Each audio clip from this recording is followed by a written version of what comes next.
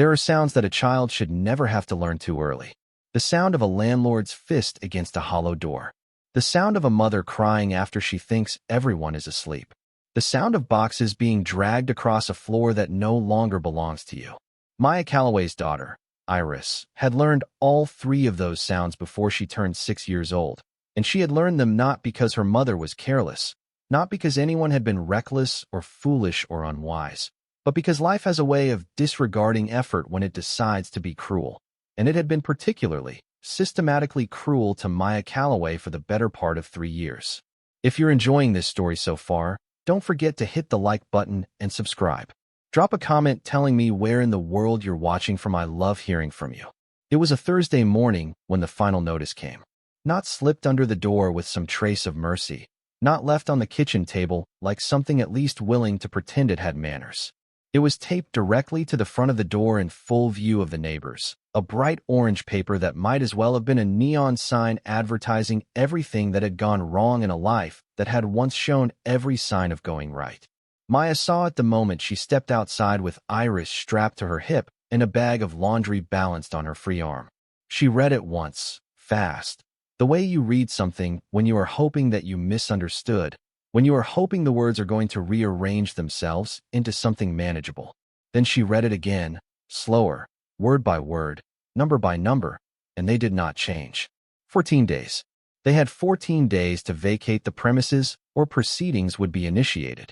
She pulled the notice down before Iris could ask about the orange paper, because Iris noticed everything, always had. Even at 5 years old, she had the particular attentiveness of a child who has already learned that changes in her mother's face carry information she needs to store. Maya tucked the notice into the laundry bag beneath a pair of jeans, wedged it down out of sight, and she smiled at her daughter with the full power of a smile that costs something.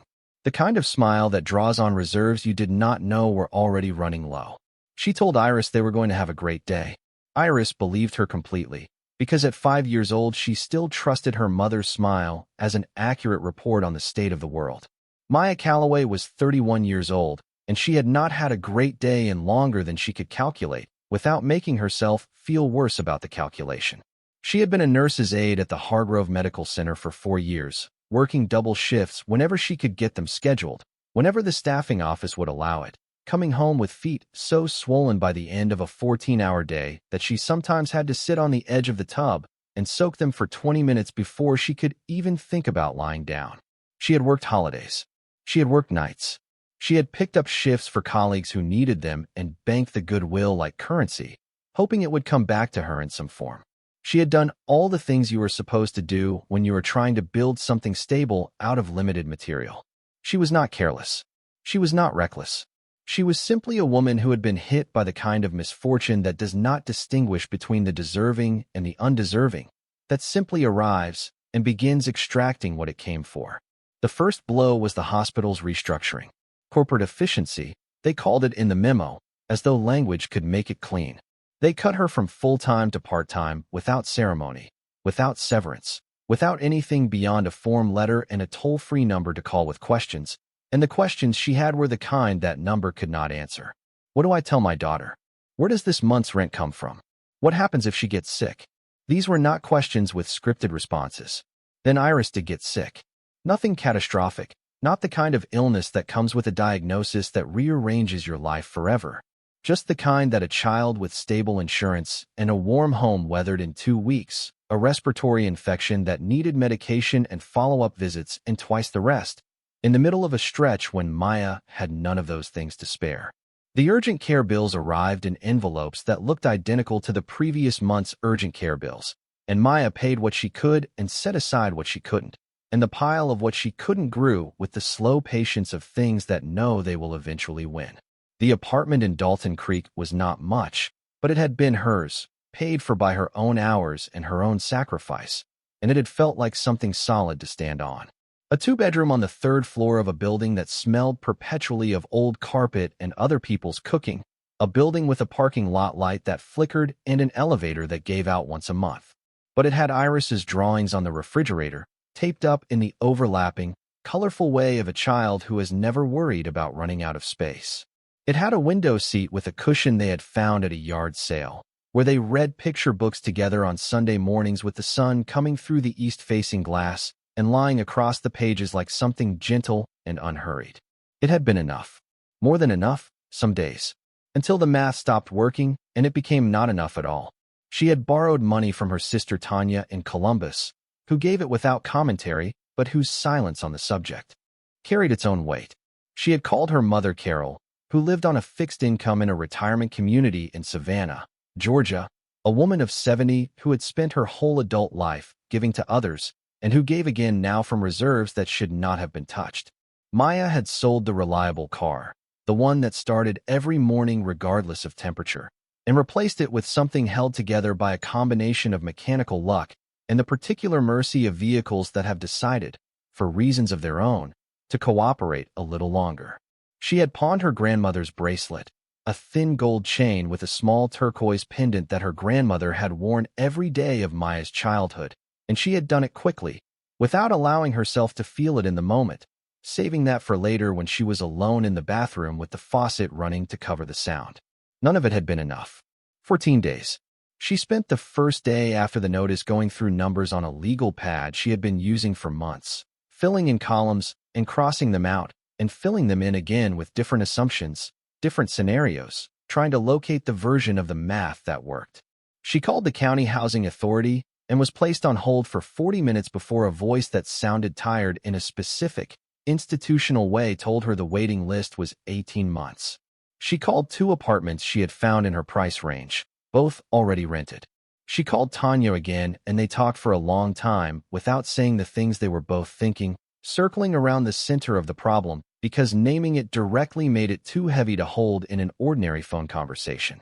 That night, after Iris was asleep, Maya sat at the kitchen table under the overhead light that needed a new bulb but was not yet dark enough to force the issue, and she did not cry. She had passed through the crying stage some weeks ago, arriving now at the further shore of that particular ocean, a place of quiet and practical inventory. She had a list of shelters, addresses, and intake hours carefully researched and written in the margin of the legal pad.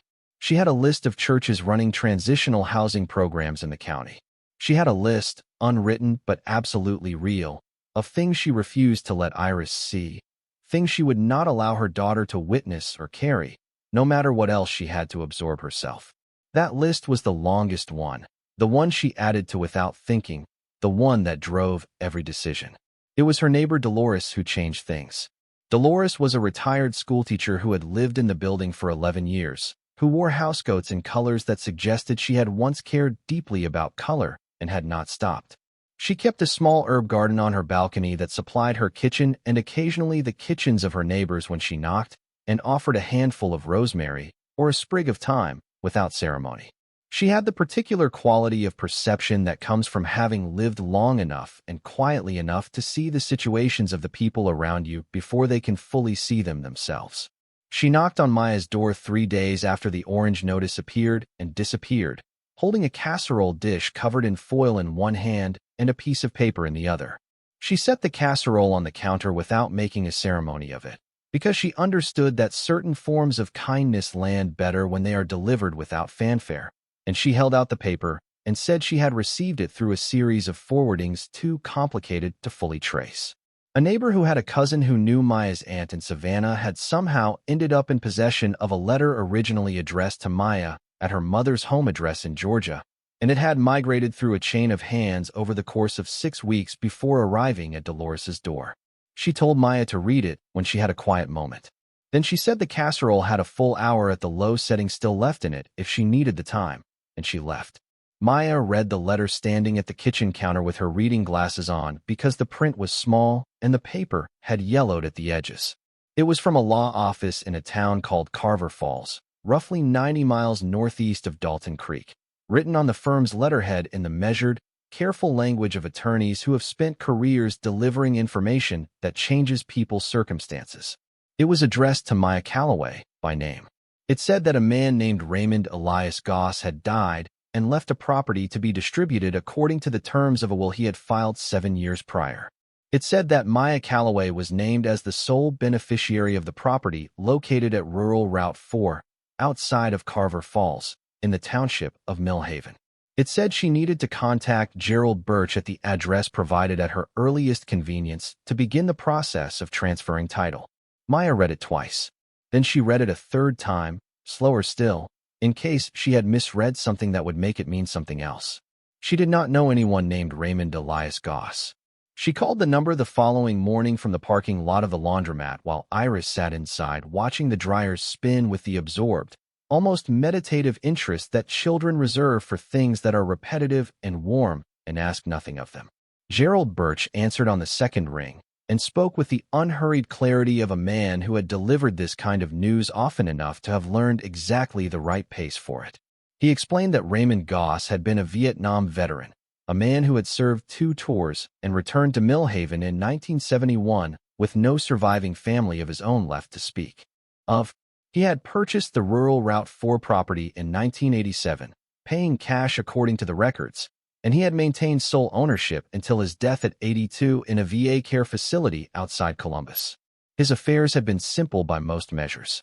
When he died, the only name in his will was Maya Calloway, written in what Gerald Birch described as careful block letters, alongside an instruction that the property was to go to the daughter of Carol Dempsey, who showed this old man kindness when he had none coming to him. Carol Dempsey was Maya's grandmother's name.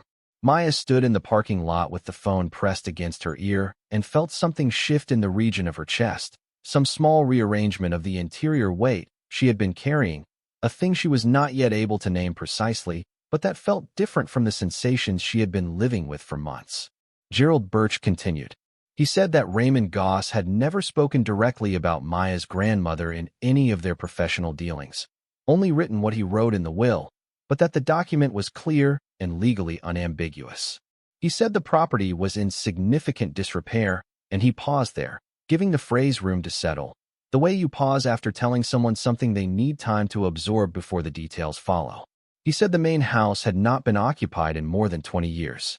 The land was several acres, overgrown. There were multiple structures, the main house, a storage outbuilding, and what he described, somewhat haltingly, as a reinforced concrete structure that Raymond Goss had apparently built himself sometime in the late 1970s, the precise purpose of which had never been communicated to the firm. He said the property taxes were overdue by 2 years and would need to be cleared before the title transfer could be completed. He named the figure. Maya wrote it on the back of the same legal pad that held her shelter list and apartment numbers and all the calculations that had been failing her. She stared at the number for a long moment after Gerald Birch finished talking and the call ended, and she felt the faint, preliminary outline of something she was careful not to call hope, because hope had become expensive and she could not afford to spend it on something that still had too many unknowns. She drove to Carver Falls the following Saturday with Iris in the back seat, Dolores's car borrowed for the day, the older vehicle more reliable than her own and running without complaint. She packed sandwiches in a paper bag and a thermos of coffee and Iris's coloring book, and they drove 90 miles northeast through farmland that opened wider and grew quieter the further they traveled from Dalton Creek, the roads thinning progressively until the Tulane County Road gave way to gravel that crunched under the tires with a sound like slowly exhaled breath. Iris fell asleep around mile 40, her head resting on a rolled-up sweater she had arranged herself with the focused practicality of a child who has learned to make do with what is available and make it comfortable. She woke when the pavement ended and became gravel, the change in road surface transferring through the vehicle body to wherever she was holding, her head lifting immediately, eyes alert, processing before she spoke. "Mommy, where are we?" "We're going to look at a house," Maya said. Iris considered this with the patient, serious attention she gave most things. "Is it our house?" Maya looked at the gravel road ahead, at the way it narrowed between old oaks whose branches were beginning to reach toward each other overhead. "Maybe," she said. Iris accepted the incomplete answer the way children do when they sense that the full version is not quite ready yet, and turned to look at the trees passing outside her window. The property appeared gradually, the way things do when they have been waiting long enough to stop hurrying toward anyone. First the fence line, iron posts tilted at irregular intervals, some of them entirely consumed by growth that had worked its way through and around the wire over the decades since anyone last maintained it. Then the driveway, or what had been one, two parallel grooves in the tall grass still faintly visible from the memory of a vehicle that had once traveled them regularly and then stopped. Then the house itself, coming around a bend in the gravel track and revealing itself without drama. It was a farmhouse, built probably in the first decades of the previous century, 2 stories with a covered front porch that sagged badly on its left end where a support column had rotted through at the base and surrendered to gravity. The exterior boards were weathered to a silver gray, the color of things that have endured rather than simply decayed, a color that contains its own kind of dignity if you are inclined to see it that way. Several windows on the upper floor were broken, their frames open to the weather, the dark interiors visible through jagged edges of old glass that had mostly fallen inward. The roof had lost shingles and patches where the winter weather had found weak points over the years, and where the shingles were gone, moss had moved in with the efficiency of things that simply wait for their opportunity. Maya stood at the edge of the front yard with Iris's hand in hers, and looked at the house, and said nothing for a long moment. "It's big," Iris said. "It is," Maya agreed. "Does anyone live here?" "Not anymore." Iris thought about this with her particular quality of childish gravity, weighing it the way she weighed things that mattered. "Did they leave?" "A long time ago," Maya said. "Yes." Iris tugged her hand and pointed toward the left side of the property, toward a grove of untrimmed cedar trees that formed a rough green wall. Before the land opened into what had once been a field, partially visible through the overgrowth at the edge of the cedars, was a structure unlike anything else on the property. Lower to the ground, constructed of concrete block, its surface painted in a shade of olive green that age had pulled toward gray but not entirely erased. A heavy steel door faced outward, secured with a padlock. No windows of any kind. No decorative elements. Nothing unnecessary. But Iris was not pointing at the structure itself. She was pointing at the ground in front of it, at the slope of it.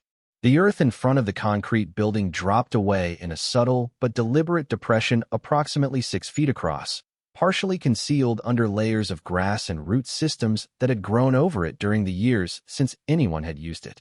At the bottom of that slope, mostly buried under the accumulated growth, something flat and metallic was visible if you knew to look for it. A horizontal door, flush with the angle of the ground, constructed of the same heavy steel as the front entrance. "It goes down," Iris said, "like underground stairs." Maya crouched beside her daughter and looked at the slope more carefully, tracing the outline of the buried hatch with her eyes. The girl was right. Whatever that structure contained, it also went down. They walked through the main house that afternoon, testing floorboards carefully before committing weight, moving through rooms that were stripped of almost everything personal but retained the ghost of habitation in ways that resisted complete erasure. A calendar on the kitchen wall from 1998, still showing March, the month it had last been turned. A row of coat hooks beside the back door, still holding a single jacket, its fabric stiffened with years but not yet destroyed. A rocking chair in the front room with one runner cracked through, its surface worn smooth in the way of furniture used long and regularly, the wood polished by contact to a warmth that felt like an echo of someone sitting in it.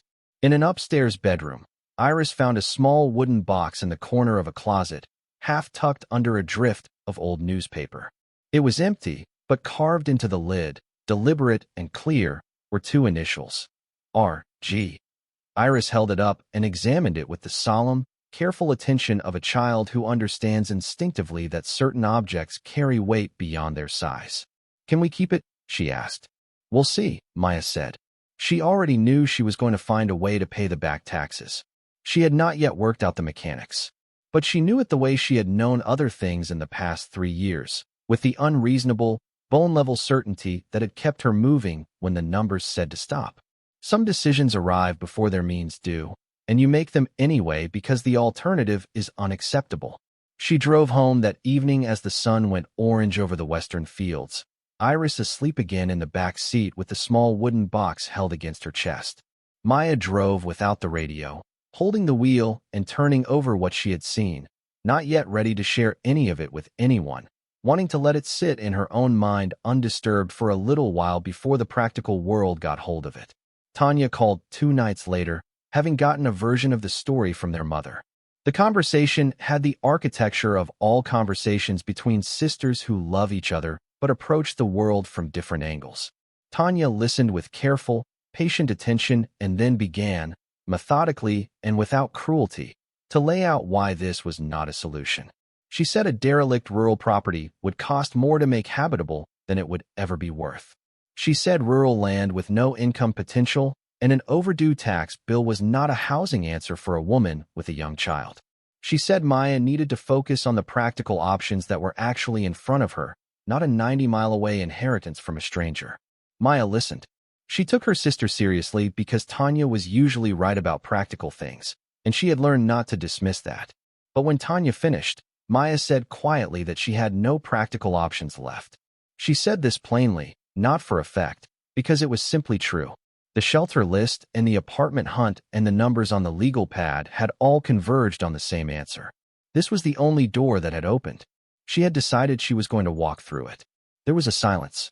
Then Tanya said she would send money for the back taxes. She sent it 3 days later with no note attached, which was her way of saying she still thought it was a risk, but that she loved her sister more than she needed to be vindicated about it. The tax office in Millhaven processed the payment with efficient courtesy, and Gerald Birch's office completed the transfer paperwork over the following weeks, and on a Wednesday morning in late October, Maya Calloway became the legal owner of 8 acres of land in Millhaven Township, including 1 seriously deteriorated farmhouse, 2 outbuildings, and 1 reinforced concrete structure of unknown interior contents, whose purpose had apparently never been disclosed to any attorney who had ever touched Raymond Goss's affairs.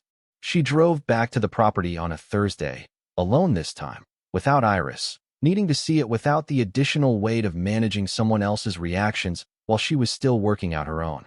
She walked the full perimeter for the first time, tracing the boundary from the road's edge all the way to the creek at the back of the property. She heard the creek before she saw it, a steady murmur that she followed through a stand of willows until she stood at its bank, the water clear and cold over flat stones. She allowed herself a few minutes simply to stand there and feel the place rather, then evaluate it, to let it be what it was before she began trying to figure out what it would become. Then she went back to the concrete structure. In the daylight, alone and with time to be thorough, she examined it in more detail than her first visit had allowed.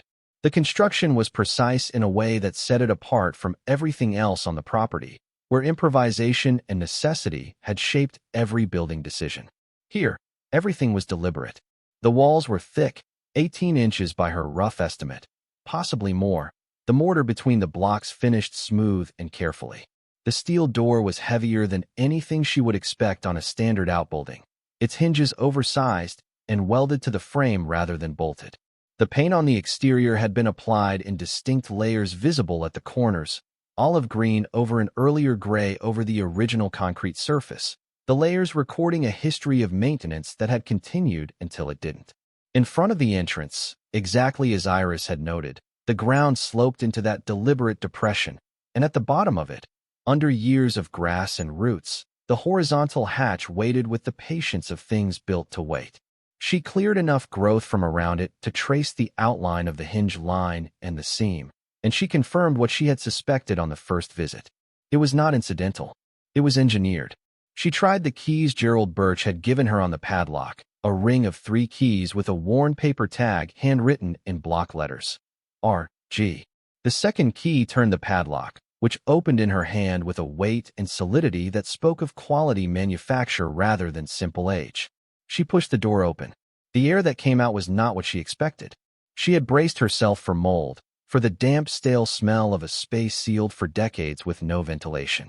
What moved past her instead was dry and cool, carrying a mineral quality she could not immediately place, something clean and cold like air at elevation, like the inside of a cave that breathes rather than stagnates. The interior of the first room stopped her. She had expected bare concrete and rusted remnants. Instead, she found walls and ceiling lined with a thick, ribbed composite material that absorbed both sound and light, pulling each in rather than reflecting them. The floor was swept concrete. Along one wall, metal shelving units were anchored to both wall and floor with oversized hardware that suggested someone had thought about seismic stability or simply about the possibility of very long time frames. Most of the shelves were empty. At the far end of the room was the inner door. It was heavier than the entrance door, visibly so, its presence changing the atmosphere of the space the way a safe changes the atmosphere of the room it occupies. The locking mechanism was a combination dial mounted at chest height, multi-numbered, clearly custom. The type of system Maya had only ever seen in photographs of bank vaults or military facilities. The door handle was a steel wheel, the turning kind.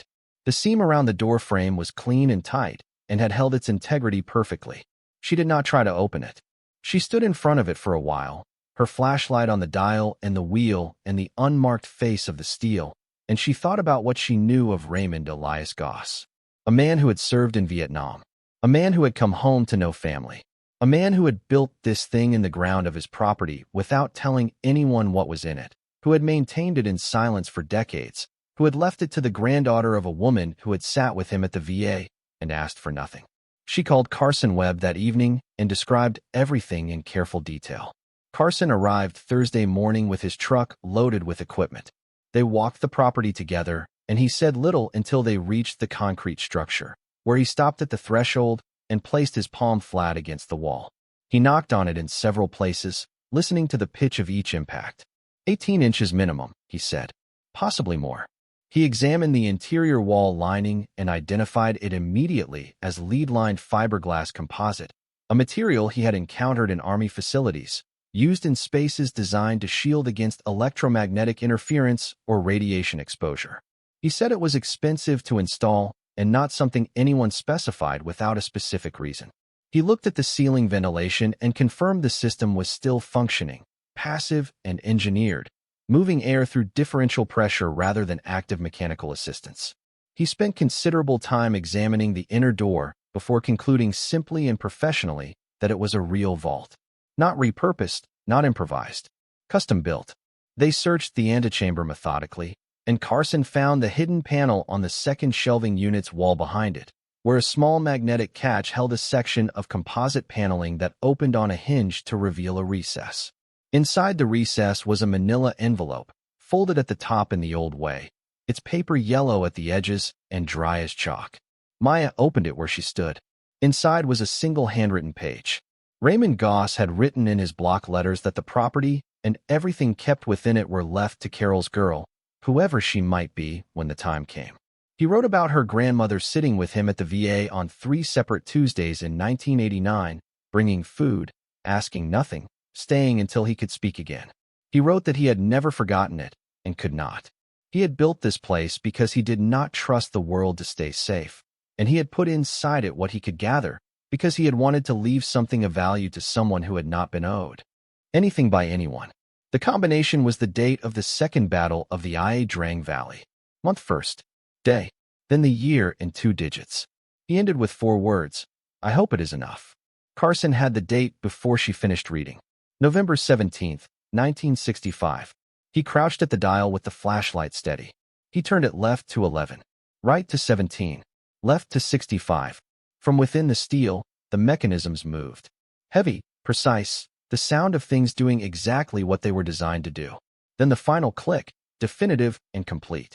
They applied their combined weight to the wheel, steadily and without forcing, and the door moved on its arc, heavier than anything Maya had pushed before, moving with a slow authority that belonged to things built with a long time in mind. The air from the inner room arrived first, dry and cool and carrying that scent she could not name, mineral and metallic and old and somehow clean, the smell of something carefully kept. Carson put his flashlight inside. Neither of them spoke. The room was larger than the antechamber, roughly the size of a generous living room. Metal-lined walls, rubber matting on the floor, hardened but intact. Along every wall, floor to ceiling, custom storage units fronted with polycarbonate panels, each one sealed and fastened. Behind the polycarbonate on the left wall, uniform metal cases, dozens of them, airtight and stamped with markings Maya could not read. Sealed containers beside them. On the right wall, wooden crates lined with dark felt. Inside the felt, through the polycarbonate, shapes visible in the flashlight beam. Bars. Rectangular, stamped, stacked in columns separated by layers of oiled cloth. The color of them in the single beam of light was not ambiguous. Not silver. Not copper. Not anything that required interpretation. Gold. Maya stood in the doorway and looked at what Raymond Elias Goss had assembled in the dark beneath his field over the years of his life. And she thought about her grandmother Carol, who had died giving and never counted what she gave, who had sat with a veteran at a VA hospital on 3 Tuesdays because someone needed to be there and she was someone who could be, who had never mentioned it to anyone, never held it as a story worth telling, never thought of it as anything other than what you did when someone needed it. She thought about 14 days, about an orange paper on a door, about Iris in the back seat of a borrowed car with a small wooden box pressed to her chest. Carson lowered the flashlight slowly, giving her the soft edge of the scatter light, giving her the privacy of a moment too large for witnesses. After a long time, she said only that her grandmother would not have believed this. Carson said, quietly, that he thought her grandmother probably would have. Then he said they needed to call people. Appraisers, attorneys, security. He said it gently, practically, without drama, because the situation already contained more than enough of its own. She nodded. She knew he was right. She knew the gap between what she was looking at and what it would become in her actual life was still wide, filled with process and verification and the careful machinery of official acknowledgement, the slow work of the law catching up to what the dark had been holding. But she also knew, with a clarity that could not be argued with, that the door she had been searching for was no longer ahead of her. She was already standing on the other side of it. Outside, the late afternoon sun lay across the overgrown field in long, warm angles, and the cedars moved at their tips in a breeze that came from somewhere north, and a bird she could not name was singing in the trees without any apparent audience or reason beyond the fact that the sky was clear and the air was moving, and that was enough of a reason.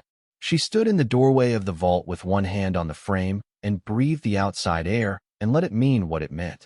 But before the appraisers arrived, there is something important about the days between the discovery and the arrival of the appraisers that needs to be understood, because those days were not simply a waiting period. They were a reckoning. They were the stretch of hours in which Maya Calloway had to decide what kind of person she was going to be now that the circumstances that had defined her life had been, without warning and without preparation, completely altered. She did not tell anyone about the vault for the first 3 days. Not Tanya, not her mother, not Dolores. She told no one, partly because she had not fully processed it herself, and partly because she was afraid, in a way she could not entirely articulate, that saying it out loud would change its texture, would make it subject to other people's interpretations and expectations and reactions before she had had a chance to fully hold it in her own hands. She went back to Dalton Creek that first evening after the discovery, collected Iris from the neighbor who had watched her for the afternoon, made dinner, gave Iris a bath, read to her from the picture book about the lighthouse keeper's dog that they had been working through chapter by chapter, and sat on the edge of her daughter's bed in the small apartment that had 14 days left on its clock, and she looked at her sleeping child, and she felt something she had almost forgotten what to do with. She felt the specific, particular relief of a person who has been holding their breath for so long that they have forgotten what it felt like not to. Not the relief of having solved everything, because nothing was solved yet, not legally, not practically, not in any of the dozen ways that mattered most, but the relief of knowing, in her bones, that the problem was solvable, that there was a path, that she did not have to choose between Iris having a home and Iris having a future, that the math, which had been failing her for 3 years with consistent, grinding patience, had finally changed. She sat on the edge of the bed and she let herself feel that for a while, just that, without reaching forward to the complications that were waiting. There would be time for complications. The next morning, she called Gerald Birch and told him that she had opened the structure on the property and found what appeared to be a significant collection of stored valuables. She chose her words carefully. She said it this way not to diminish what she had seen, but because she had no professional vocabulary yet for what it amounted to, no numbers, no categories, no appraisal language to contain it. Gerald Birch was quiet for a moment after she finished describing the interior of the vault, and then he said he would like to recommend a firm that specialized in estate asset assessment, one that had handled complex collections before. He said he would make the call. The firm was based in Columbus, and they sent 2 people. The lead appraiser was a woman named Dr. Patricia Howe, who had the focused, unhurried air of someone who had spent a long career looking at things that other people had assigned wrong values to and correcting the record. The second was a younger associate named Marcus who said little and photographed everything with a camera that seemed as serious as its operator. They arrived on a Tuesday morning, driving a vehicle that was unremarkable in every way except for the care with which it was parked, directly beside the concrete structure with approximately 12 inches of clearance between the front bumper and the door. They were dressed practically, not formally, which Maya had not expected. Dr. Howe shook her hand with a grip that communicated attention without performance and asked if she was ready to go in. They spent 5 hours inside the vault. Maya waited outside for most of it, sitting on the slope near the cedar trees in the November sun, which had enough warmth in it to make the waiting bearable. Carson was with her for part of the time, sitting on the truck's tailgate with his notebook, writing things. Iris was with Dolores in Dalton Creek, where she had been staying more often lately, while Maya managed the series of phone calls and site visits and paperwork processes that had overtaken her days. At intervals, Marcus would emerge from the entrance to the structure and retrieve additional equipment from the vehicle, specialized tools whose purpose Maya did not know but whose existence confirmed that what was inside required more than a glance and a clipboard. He moved with efficiency and without comment. Dr. Howe did not emerge until the 5th hour. When she did, she came out carrying her clipboard and a look that Maya had not seen on any face in recent memory. Not excitement, exactly. Something more careful than excitement. Something that a person develops when they have encountered extraordinary things often enough to understand that the correct response is precision rather than reaction. She asked Maya if they could speak privately, which struck Maya as a reasonable request, even in the absence of anyone else to speak in front of. They walked a short distance from the entrance, toward the back edge of the cedar grove, and Dr. Howe stood with her clipboard held at her side and said that she needed to be straightforward about what they had found and what it represented. Maya said that was what she wanted. Straightforward. Dr. Howe told her that the gold in the wooden crates on the right wall of the inner chamber was the most immediately recognizable component of the collection, but not necessarily the most valuable per unit. She said the bars themselves were stamped and could be traced through documentation that would require additional research, but that their gold content alone, at current market value, represented a sum she then named. Maya listened. She asked Dr. Howe to repeat the number. She did. The sealed metal cases on the left wall, Dr. Howe continued, contained rare coins.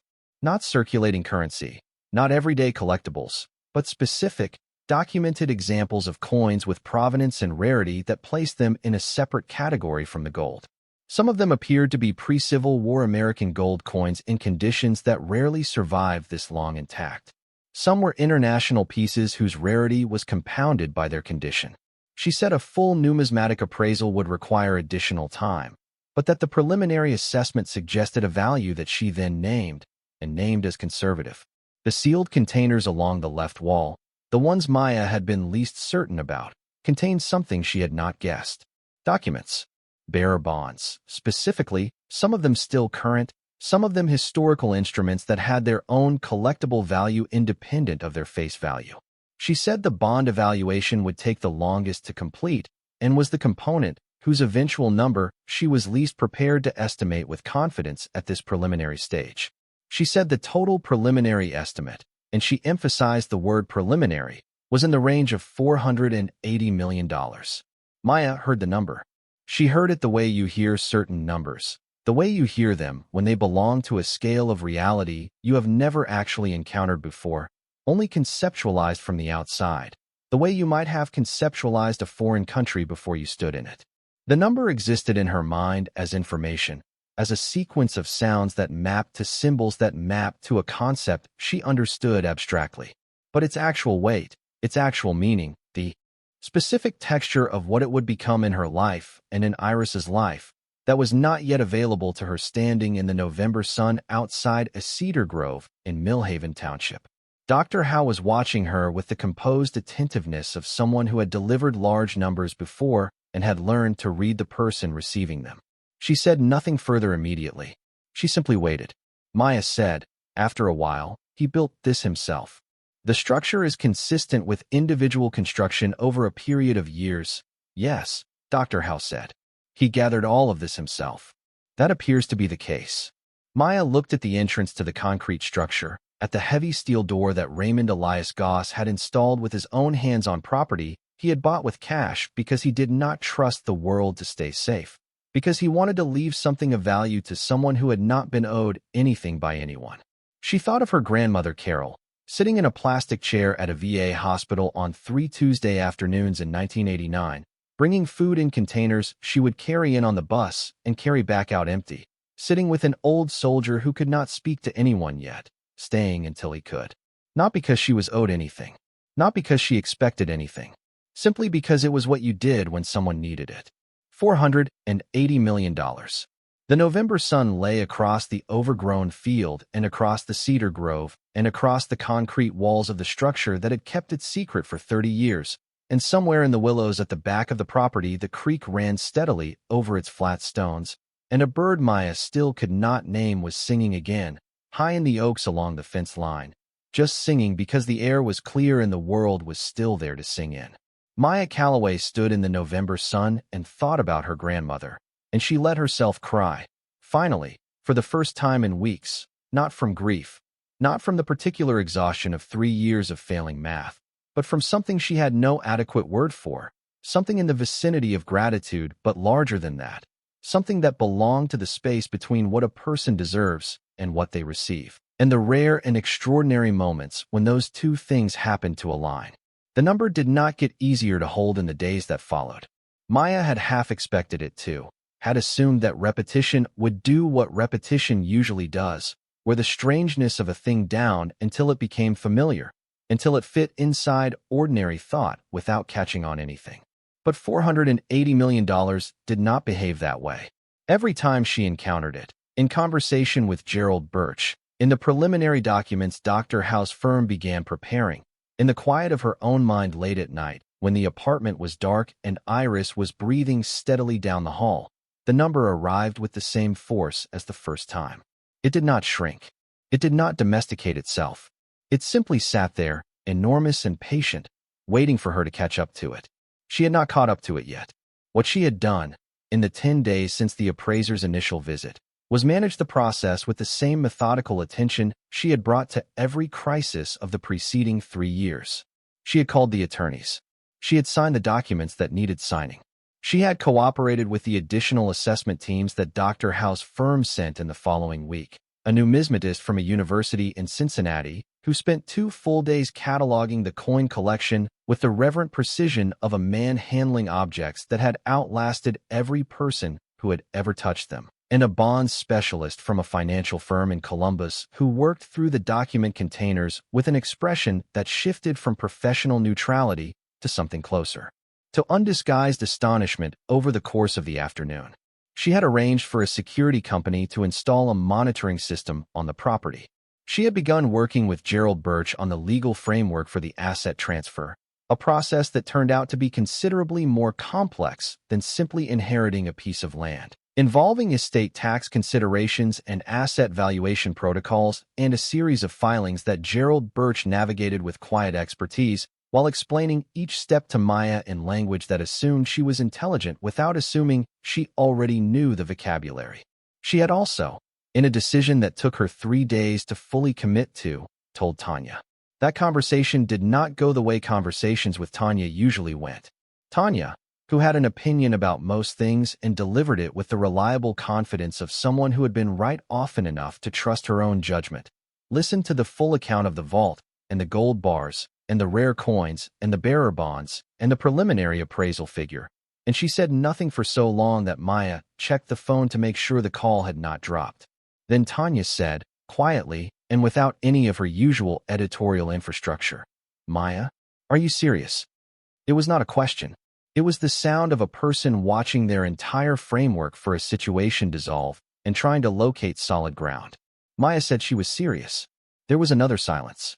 Then Tanya said she was booking a flight and she would be there Thursday, and Maya said she did not need to do that, and Tanya said she absolutely was going to do that, and that was the end of the part of the conversation where Maya had any input. Tanya arrived Thursday morning with a carry-on bag and an expression that oscillated between wonder and the very specific discomfort of someone who has been wrong about something significant and is working out how to carry that without letting it show too much. Maya picked her up from the regional airport 40 minutes from Dalton Creek, and they drove most of the way in a comfortable silence that was different in quality from their usual comfortable silences because this one had $480 million inside it. When they reached the property in Millhaven and Tanya stood at the edge of the front yard and looked at the deteriorated farmhouse with its tilting porch and its gray boards and its broken windows, she said nothing for a long time. Then she said that she owed Maya an apology, and Maya said she did not have to do that, and Tanya said she absolutely did have to do that, and that was also the end of that part of the conversation.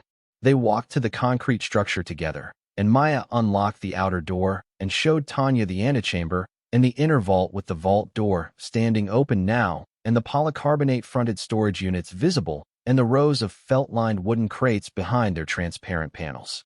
Tanya stood in the doorway of the inner chamber for a full minute without speaking. Then she turned around, walked back out to the antechamber, sat down on the floor with her back against the shelving unit and her hands in her lap, and looked at the ceiling. "I told you this was a mistake," she said. "You did," Maya agreed. "I was spectacularly wrong. You were trying to protect me." Tanya looked at her. "You could have listened to me and walked away from this." "I know. Why didn't you?"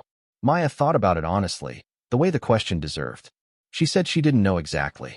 She said there had been something about it, from the first reading of the letter, that felt different from the other dead ends she had been navigating. She said she knew that was not a rational answer, that it was the kind of answer that could have led her off a cliff just as easily as it led her here. But it was the true answer. Tanya nodded slowly and did not say anything else about it.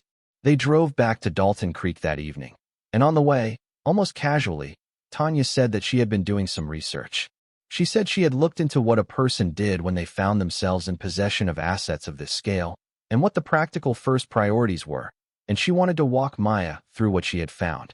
Maya said please, because this was the version of Tanya she had always needed most, the one who arrived after the opinion and brought the research.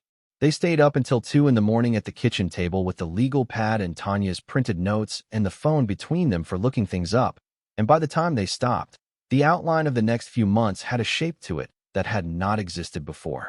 Not a plan exactly, not yet, but a direction. A set of priorities that mapped onto each other in a way that felt sustainable rather than reactive. The person at the center of all of it, the one who did not yet know the full scope of what was happening around her, was Iris. Iris had noticed that things were different. Children always notice. She had noticed that her mother was on the phone more than usual, and that certain phone calls required her mother to move to the other room and speak in a lower register. She had noticed that Aunt Tanya was there, which was good because she liked Aunt Tanya, and that the two adults were having conversations that paused when she entered the room, which she pretended not to notice because she understood, with the perceptive wisdom of a child who has learned to read the room early, that some pauses were not about her specifically, but about adult things that required a particular kind of privacy. She was also, in her characteristically focused way, still thinking about the property in Millhaven. She had asked Maya twice more about the house, whether they were going to live there, whether it was really theirs now, whether they were going to fix the broken windows and the porch that leaned. Maya had said yes to all of it, and Iris had accepted each yes with a small nod and a particular expression that Maya had come to recognize as her daughter's version of filing something away for later, of adding it to the internal account she kept of things she was trusting to be true. On a Saturday morning, 3 weeks after the discovery, Maya sat down with Iris at the kitchen table before the day had acquired its usual momentum, while the light was still soft and the apartment was quiet. She had thought carefully about how to explain what was happening, had gone through several versions in her mind over the preceding days, had asked Tanya for input, and had ultimately trusted her own instincts about what her daughter needed to understand and how. She told Iris about Raymond Goss. Not every detail, not the legal mechanics or the appraisal figures, but the essential story. A man who had been a soldier, who had come back from the war and had no family left, who had been alone in the world in the specific way that certain people find themselves alone after having given everything they had to give, who had met Maya's great-grandmother Carol at the hospital on 3 Tuesday afternoons, and who had received from her something that most people in his situation never received. Company. Food. The simple presence of another person who was not there for any reason other than the fact that he needed someone to be there. Iris listened with her full attention, her hands flat on the table, her eyes on her mother's face. Maya said that the man had spent his life building something on that land in Millhaven, that he had built a very strong room underground and he had put inside it very valuable things, and that when he died, he had left all of it to Carol's granddaughter because he wanted to leave something of value to someone who had not been owed anything by anyone. Iris was quiet for a moment. Then she said, "Great-grandma Carol was kind to him." "She was," Maya said. "And now he's being kind to us." Maya looked at her daughter across the kitchen table, at the straightforward moral clarity that children arrive at before the world teaches them that things are more complicated, and she thought that perhaps they were not more complicated. Perhaps they were exactly that simple. "Yes," she said. "That's exactly what happened." Iris thought about it for another moment. Then she said, "Can we plant flowers at the house so it looks happy?" Maya said yes. They could plant flowers. The legal process moved with the methodical pace of official things, which is to say it moved far more slowly than the pace of the life events it was meant to address. Gerald Birch navigated the estate transfer with expertise and patience, explaining at each juncture what was happening and why it was taking the time it was taking, and Maya listened and signed what needed signing and answered the questions that needed answering and tried not to count the days on the eviction notice that were still technically ticking even as the architecture of her situation had been fundamentally transformed. The 14 days came and went. Maya called the landlord and explained, in terms she chose carefully, that she had come into an inheritance and intended to satisfy the outstanding balance in full and would need an extension of 30 days while the legal process completed. The landlord, whose relationship with Maya had been professional rather than warm throughout her tenancy, agreed to the 30 days with the efficiency that suggested he found this turn of events unremarkable, which was itself a small piece of information about how the world worked. She paid the back rent. She paid the current month. She did it from an account that had been established through Gerald Birch's office, a bridge arrangement that the legal team had arranged while the larger asset transfer completed its process, something they had done before in estate situations that involved urgent personal circumstances. She sat at the kitchen table and transferred the amount, which would have represented 4 months of her former full-time salary, and she felt nothing dramatic about it. She felt the clean, particular satisfaction of a debt cleared, which was a satisfaction she had not felt in a long time, and which turned out to feel exactly the same as it always had. The first appraisal report arrived in the second week of November, and it was more comprehensive than the preliminary assessment had prepared her for, not in the final number, which landed within the range Dr. Howe had described, but in the detail. 47 pages of documentation covering the gold holdings, the coin collection, the bond instruments, and a separate section covering several items that the initial visit had not fully cataloged, including a small collection of pre-war currency in near-perfect condition and a series of assay certificates and provenance documents that Raymond Goss had filed inside one of the sealed metal cases, providing a paper trail for a significant portion of the holdings that made the legal process considerably cleaner than it might otherwise have been. The final appraised value was $483 million. Maya read the number in Gerald Birch's office, sitting across from him in a chair that was slightly too comfortable for the occasion, and she asked him to confirm it, and he confirmed it, and she said thank you and looked out the window at the parking lot where her replaced car sat in the November rain. Gerald Birch waited, because he had spent enough time across the desk from people receiving significant news to know that the right thing to do after delivering it was to allow space for the person to exist in it. After a while, Maya said she wanted to talk about the property in Millhaven. Not about the vault specifically, but about the land and the farmhouse. About what it would cost to make the main house livable. About the timeline. About what sequence of things would need to happen to bring Iris to a place that actually had the broken windows fixed and the porch restored and flowers in the front yard. Gerald Birch said they could absolutely talk about that. He pulled out a fresh legal pad, which struck Maya as the right instrument for the conversation, and they began. The news did not stay contained. Maya had not expected it to, had not tried particularly hard to contain it, because she understood that certain things have their own gravitational pull toward disclosure and that resisting that pull costs more than it saves. What she had not fully anticipated was the speed of it.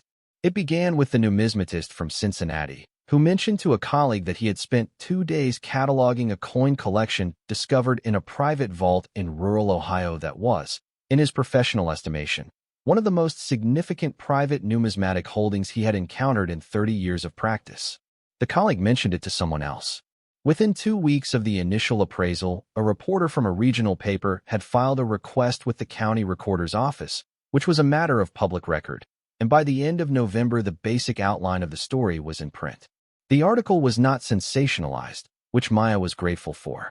The reporter had called Gerald Birch's office for comment, and Gerald Birch had provided a brief statement confirming the transfer of the estate to its named beneficiary and noting that the details of the asset transfer were part of ongoing legal proceedings. Maya herself did not speak to the reporter. She read the article on her phone the morning it ran, sitting in the window seat of the apartment that still had 3 weeks left on its extended lease, and she thought it was a reasonable account of the facts as far as it went. What the article could not account for, because the reporter did not know them, were the reactions of the specific people in Maya's life who read it. The landlord of the Dalton Creek apartment called Gerald Birch's office, not Maya directly, to inquire about whether there was any interest in purchasing the building. Gerald Birch relayed this with the measured neutrality of a man who had seen all manner of human behavior in the wake of fortune changes and was past being surprised by any of it.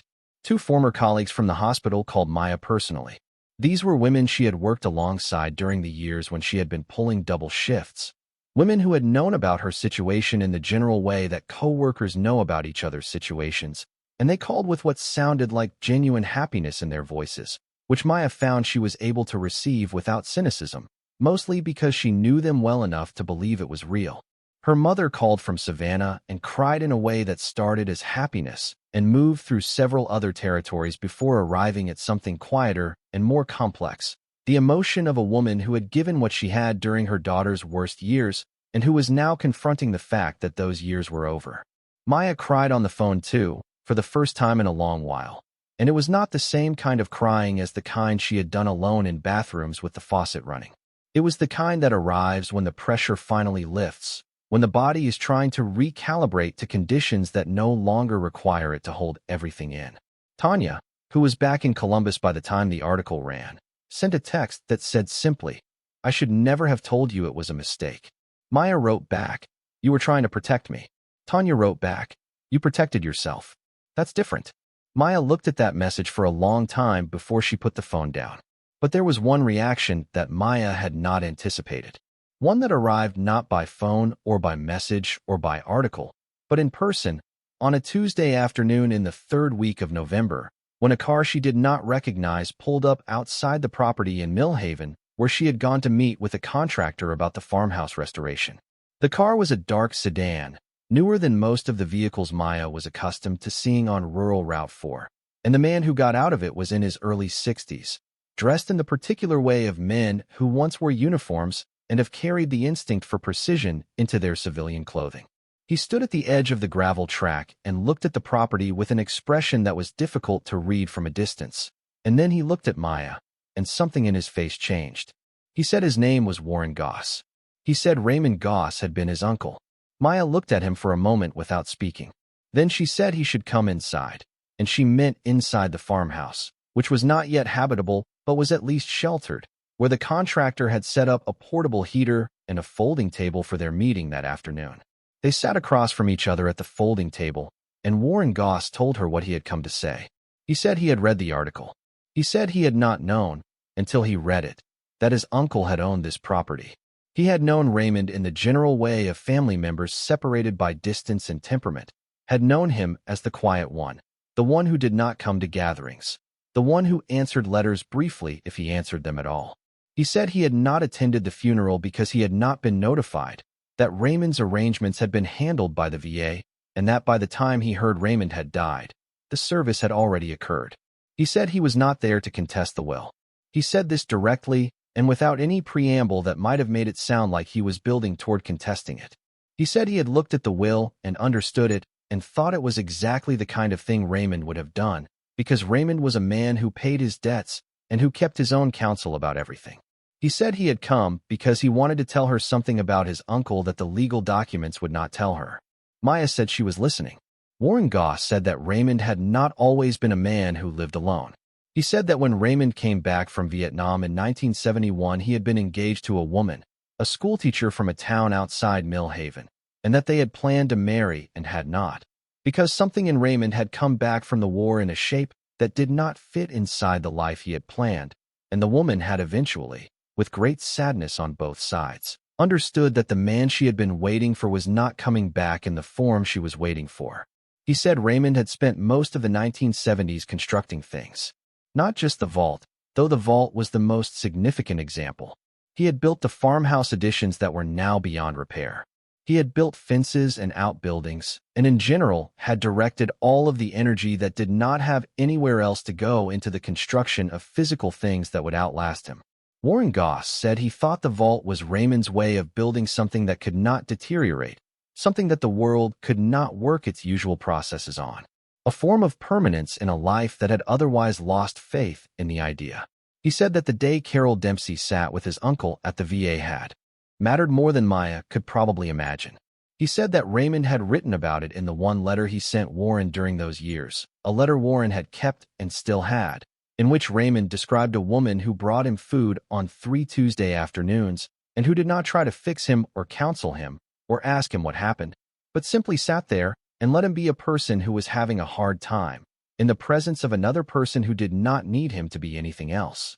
He said Raymond had written that it was the first time since coming home that he had felt like the world still had room for him in it. Maya sat at the folding table in the unrestored farmhouse in the November afternoon light and listened to Warren Goss tell her about the man who had left her this property, and she felt the full weight of the chain of it. The long invisible thread that ran from 3 Tuesday afternoons in 1989 through 30 years of a man building things in private, through the death of an old soldier in a VA facility, through a letter forwarded, through 4 pairs of hands, through a 5-year-old girl pointing at a slope in the ground and asking who lived down there, all the way to this folding table in this cold room in this November. She said she wished she had known him. Warren Goss said he thought Raymond would have been uncomfortable with that. He said his uncle was not a man who wanted to be known. He was a man who wanted to leave something that mattered and then be done. He stood to leave. At the door, he paused, and he said one more thing. He said he hoped she would keep the land. He said Raymond had loved it, in his quiet, undemonstrative way, the way certain men love the things they refuse to talk about. He said the creek at the back was exceptional in spring, that it ran fast and clear over stones that were particularly beautiful when the light hit them at a certain angle in late April. Maya said she was planning to stay. Warren Goss nodded once, briefly, and walked back to the dark sedan and drove away down rural Route 4. And Maya stood in the doorway of the farmhouse and watched until the car was gone, and then she stood there a while longer in the cold air, thinking about people who leave things behind that they do not get to see received. The restoration contractor arrived 20 minutes later, a practical woman named Judith who had the direct, no-nonsense manner of someone who preferred buildings to conversations and found this particular building interesting despite itself. She walked through the farmhouse with Maya over the next 2 hours, room by room, floor by floor, speaking in the specific language of load-bearing walls and foundation assessments and roof structures, and the particular challenges presented by a building that had been allowed to settle into itself for 20 years without intervention. Judith said the main structure was sound. This was not the answer Maya had been bracing for, having prepared herself for a version of the truth that might require her to consider demolition and rebuilding from the foundation. But Judith said the original construction had been done by people who understood what they were building, who had used materials and methods that had aged better than most of what got built in the decades that followed. She said the foundation was solid. She said the framing was old-growth timber, which was not something you could reproduce easily, and which had more structural integrity than most modern equivalents. She said it was a good house that had been rained on too long, and that good houses that had been rained on too long were not beyond rescue if you approached them correctly. Maya asked what correctly looked like. Judith opened her notebook, and they began. The renovation plan that emerged from that afternoon's conversation was not a simple one, but it had a sequence to it, a logical order of operations that began with the roof and worked its way down through the walls and windows and floors and plumbing and electrical, each phase building on the one before it in the way that good restoration work builds, respecting the bones of the thing while addressing what time and neglect had taken. Judith said she could have a full estimate within the week, that the project would take approximately 8 months if they began in January, that she would need a crew of 6 for the heavy phases and could scale down for the detail work. Maya said January was fine. She drove back to Dalton Creek that evening as the light was going out of the sky in the west, the fields passing dark and flat on either side of the road, and she thought about January, and about the farmhouse standing empty in the meantime, and about Iris asking whether they could plant flowers so the house would look happy.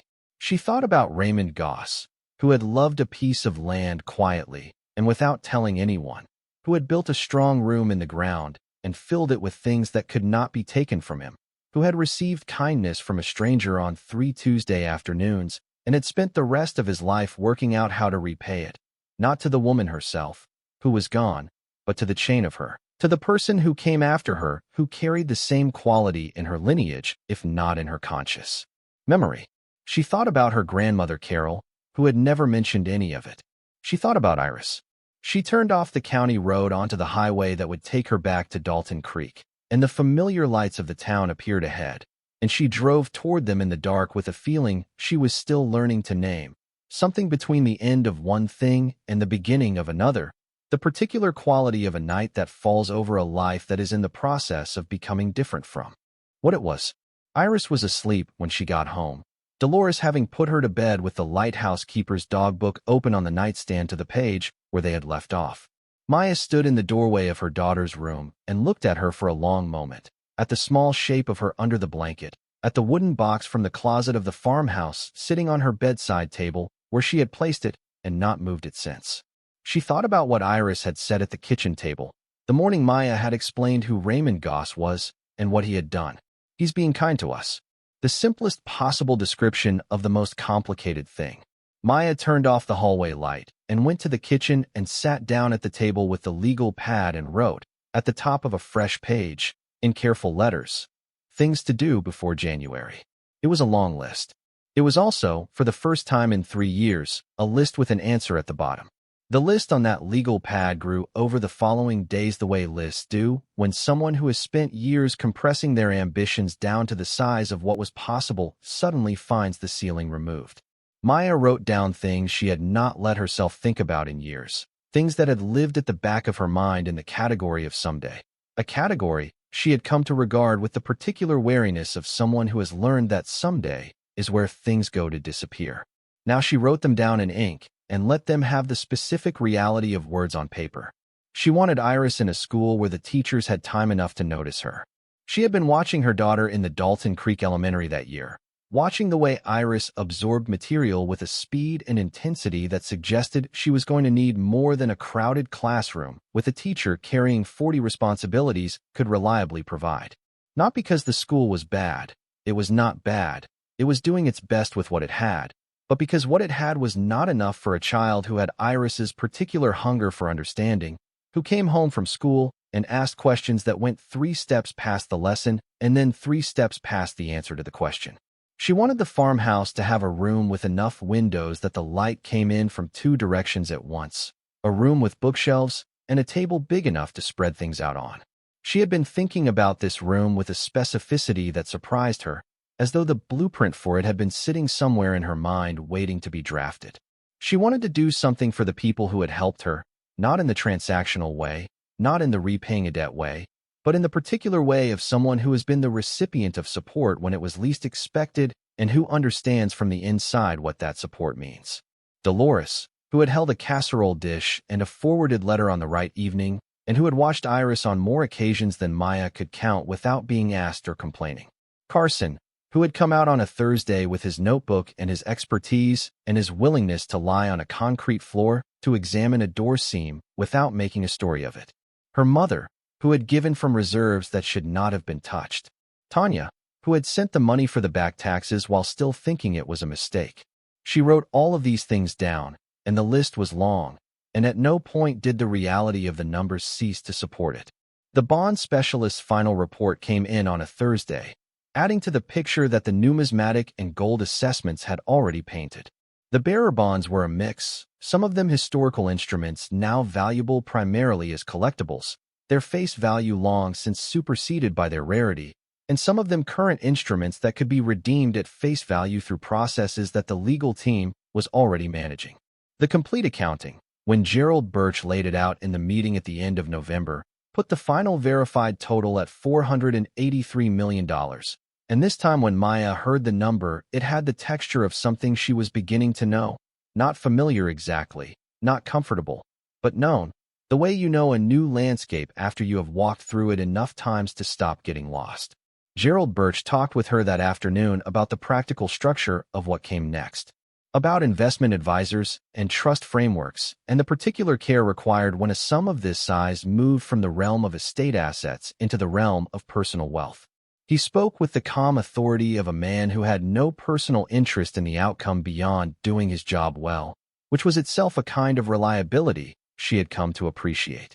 He recommended a financial advisor in Columbus whose practice specialized in what he called sudden wealth situations, people for whom the transition from scarcity to significant resources happened too fast for instinct to catch up with, and who needed someone to help them build the scaffolding of long-term decision-making before the short-term decisions accumulated into patterns that could not be undone. Maya said she would make the appointment. She did, and the financial advisor was a woman named Constance Ruiz who had the particular gift of explaining complex things without condescension, and who began their first meeting by asking Maya not what she planned to do with the money, but what she wanted the next 10 years of her life to look like. Maya found this question both more difficult and more useful than any of the specific financial questions that followed it, because it required her to reach past the immediate relief of the crisis being over and into a territory she had not been allowed to inhabit for years, the territory of the long future. What she wanted, she told Constance, when she had given the question the time it deserved, was for Iris to have every possible version of a good start. She wanted the farmhouse restored and lived in. She wanted to put something back into the community around Millhaven, which she was coming to understand had contracted over the decades in the way that rural communities contract when the economic conditions that built them shift, and which had the particular quality of a place that had not given up entirely, but that needed something it did not quite know how to ask for. And she wanted, in some form that she had not yet fully worked out, to do something that honored what her grandmother had been. The kind of thing Carol would have done if Carol had been given resources instead of simply will. Constance listened to all of this without writing anything down, which Maya initially found surprising and then understood was deliberate, that she was simply listening before any instrument of analysis entered the room. When Maya finished, Constance nodded once and said, "That's enough to work with." And they began. The December in Dalton Creek was the quietest December Maya had experienced in several years, which was not because it was empty, but because the specific quality of its quietness had changed. She and Iris put up the small artificial tree they had been using for 4 years, its branches slightly asymmetric now from storage, the star on top still needing the same piece of tape on one side that it had needed for 2 Christmases, and Iris decorated it with the focused satisfaction of a child who finds deeply familiar things deeply comforting.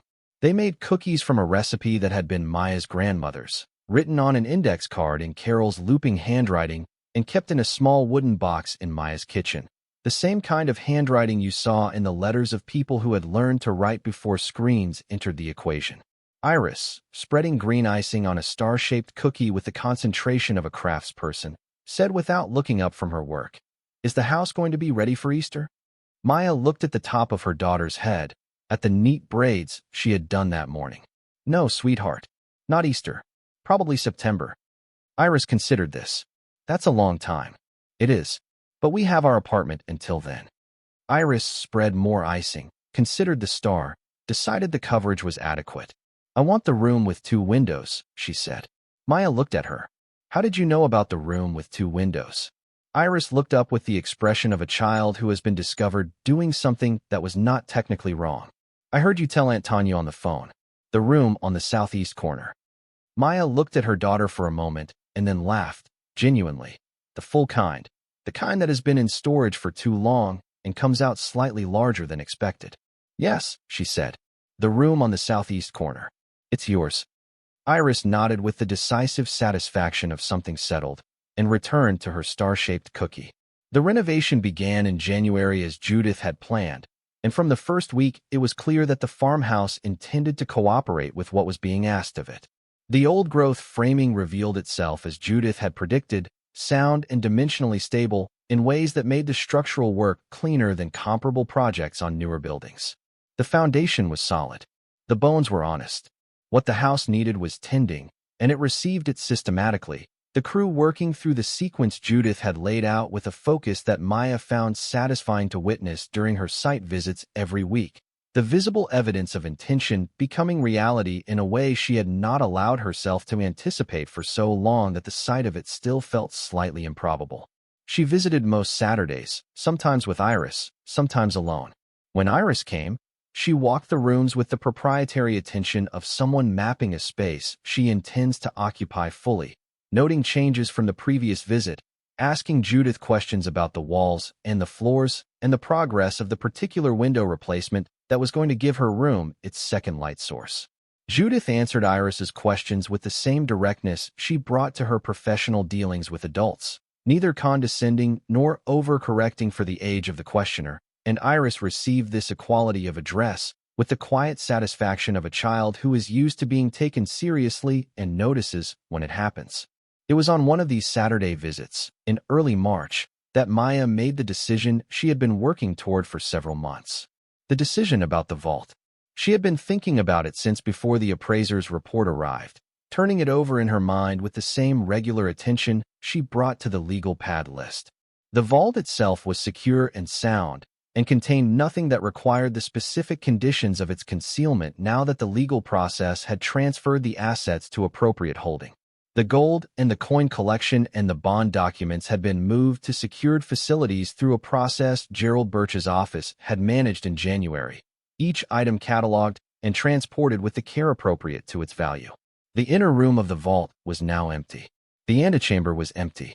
The structure itself, Raymond Goss's careful, thick-walled, lead-line construction, was simply a very well-built room in the ground. She stood in the antechamber on that March Saturday while the renovation crew worked in the farmhouse 50 yards away, and she looked at the inner door standing open on its enormous hinges, and she looked at the empty shelves, and she thought about what to do with a room that had been built to hold precious things, and that was now available to receive a new definition of what precious things were. She thought about what Constance had said in one of their later meetings, when they were talking about the Millhaven community and the ways in which its economic contraction had affected the people who still lived and worked there. Constance had said that the most durable forms of community investment were the ones that met people where they actually were rather than where an outsider imagined they should be, and that the best first question was always, what is already here that is being underserved? Maya had been asking that question of Millhaven since November.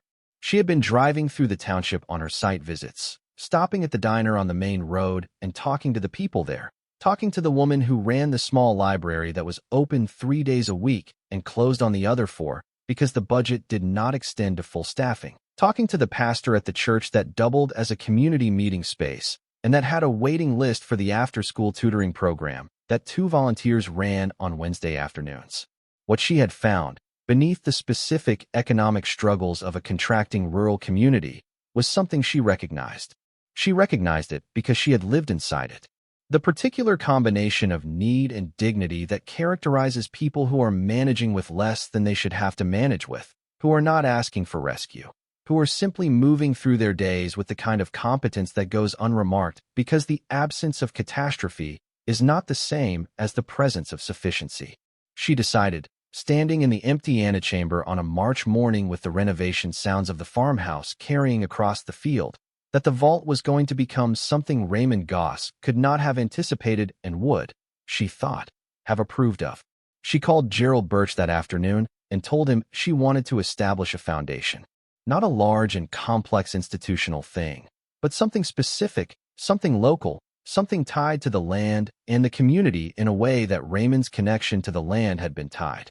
She said she wanted it to carry her grandmother's name, Carol Dempsey, in the particular way that Carol would have been embarrassed by if she had known about it, but that felt right to Maya as a way of making permanent something that Carol had done without any thought of permanence. Gerald Birch said he could make some calls. The structure of the Carol Dempsey Foundation took shape over the following months with the patient assistance of a nonprofit attorney who had built similar vehicles before and who understood that the goal was not prestige or scale but function. It was designed to do 3 specific things.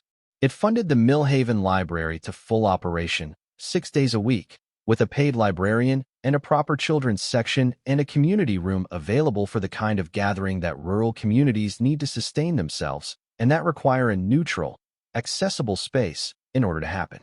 It funded a veterans assistance program at the county level because Raymond Goss had been a veteran who had not received what veterans sometimes needed from the world they came home to, and because that seemed like the right honoring of the specific thread that had brought all of this to pass. And it established a small emergency fund, not means-tested in any complicated way, not bureaucratic, but simple and direct, available to families in Millhaven Township who needed a bridge across one of the gaps that life opened without warning and without caring about the timing. The third piece was the one that mattered most to Maya personally, though she said least about it in the formal documents. She knew what it was to need a bridge. She knew what the specific quality of that need was, not the catastrophic kind, not the kind that makes news, but the ordinary kind, the 14 days kind, the kind that arrives on an orange piece of paper taped to a door on a Thursday morning. She thought it was the right use for a vault that had been built to hold things against the uncertain future. September arrived the way it always does in that part of Ohio, not as a single definitive moment, but as a slow accumulation of small changes that you notice only after they have already added up to something. The mornings got their edge back first, that particular sharpness in the air at 6 o'clock that did not exist in August, the kind that makes every breath feel slightly more intentional than usual. Then the light shifted its angle, coming in lower and more golden through the oaks along rural Route 4, laying itself across the field and the cedar grove and the restored face of the farmhouse in a way that made everything look as though it had been recently considered by someone with a good eye. Maya had been driving out to Millhaven every week since January, watching the house come back to itself with a patience she had not known she possessed until this particular thing required it of her. She had stood in rooms without floors and rooms without ceilings and rooms where the wind came through the walls at angles that should not have been possible in a structure still technically standing. She had watched Judith's crew work through each phase with the methodical competence of people who understood what the work asked of them and gave it without theater. And she had been the kind of present that a project like this needed, not hovering, not constantly intervening, but available, checking in, making decisions when decisions were required, and stepping back when the expertise in the room already knew what to do. Now it was September, and the house was finished. She had arranged the moving day for a Saturday, the first Saturday of the month, when the light was good and the weather was holding and Iris did not have school. She had not told Iris the exact date until the Wednesday before, not because she was trying to surprise her, but because she had learned over the years that giving Iris too much time to anticipate a significant event was a recipe for a child who did not sleep and whose questions became more elaborate with each passing night. 2 days of knowing was the right amount, long enough to feel real, not so long that it consumed everything else. Iris had received the Wednesday announcement with a composure that was, on its surface, remarkably controlled for a 6-year-old confronting the information that the thing she had been waiting for was actually happening. She had nodded with the same deliberate nod she had been using since she was 3 years old, the nod that said she had processed the information and stored it and was now going to think about it in private before she decided what it meant. Then she had gone back to her drawing, a picture of a house with 2 windows on the right side and flowers in front. Maya had looked at the drawing and had not said anything, because there was nothing to say that the drawing had not already said. The morning of the move was organized chaos in the specific way that moving days are organized chaos, which is to say that the organization was largely theoretical and the chaos was entirely real. Maya had hired a small local moving company, 2 men in a truck who arrived precisely on time, and who moved through the Dalton Creek apartment with the efficient calm of people who have spent their careers among other people's belongings and who have learned to treat every object as though it might be the one that matters most to its owner. Boxes that Maya had been packing for 3 weeks were loaded with care. The furniture, most of which was already earmarked to be replaced once they were settled, was wrapped and loaded and would be set up temporarily while the new pieces arrived over the following weeks. Dolores came down from the 3rd floor to see them off, wearing her housecoat and carrying a small plant in a terracotta pot, a cutting from her balcony herb garden, rosemary, which she presented to Maya with the straightforward warmth of someone who understood that the most important things do not require speeches. Maya hugged her and held on for a moment longer than the hug required, and Dolores patted her back twice and said to drive carefully and to write down the new address somewhere she could find it. Iris hugged Dolores around the middle with her full strength and said she was going to miss her herb garden. Dolores said she would bring more cuttings when she came to visit. Iris said she was going to come to visit very soon, and the certainty in her voice was the absolute certainty of a child who has not yet learned to hedge her assurances. They drove out of Dalton Creek on the first Saturday of September in Maya's new car, which was reliable in the way that things are reliable when they are new and well-made, dependably, and without requiring any of the particular hope that the previous car had required. The moving truck followed at a distance, and the 90 miles between Dalton Creek and Millhaven unreeled in the morning light with a quality Maya had never noticed on any of the previous drives, which was the quality of a road you are not going to have to drive back the same way you came. Iris sat in the passenger seat, the wooden box from the farmhouse closet in her lap, and watched the landscape change from suburb to farmland to the quieter, more open country that surrounded Millhaven. She had her window cracked an inch, which was her preference on any drive, and the air that came in smelled progressively less of pavement and progressively more of the particular combination of earth and grass and approaching autumn that defined that part of Ohio in early September. She said very little for most of the drive. This was not unusual for Iris on days of significance. She was a child who processed the large things internally and came out the other side with a clarity that sometimes startled the adults around her, as though she had conducted a thorough internal meeting while the world assumed she was simply being quiet. When the gravel of rural Route 4 began to crunch under the tires, she sat up straighter and put the wooden box carefully in the cup holder.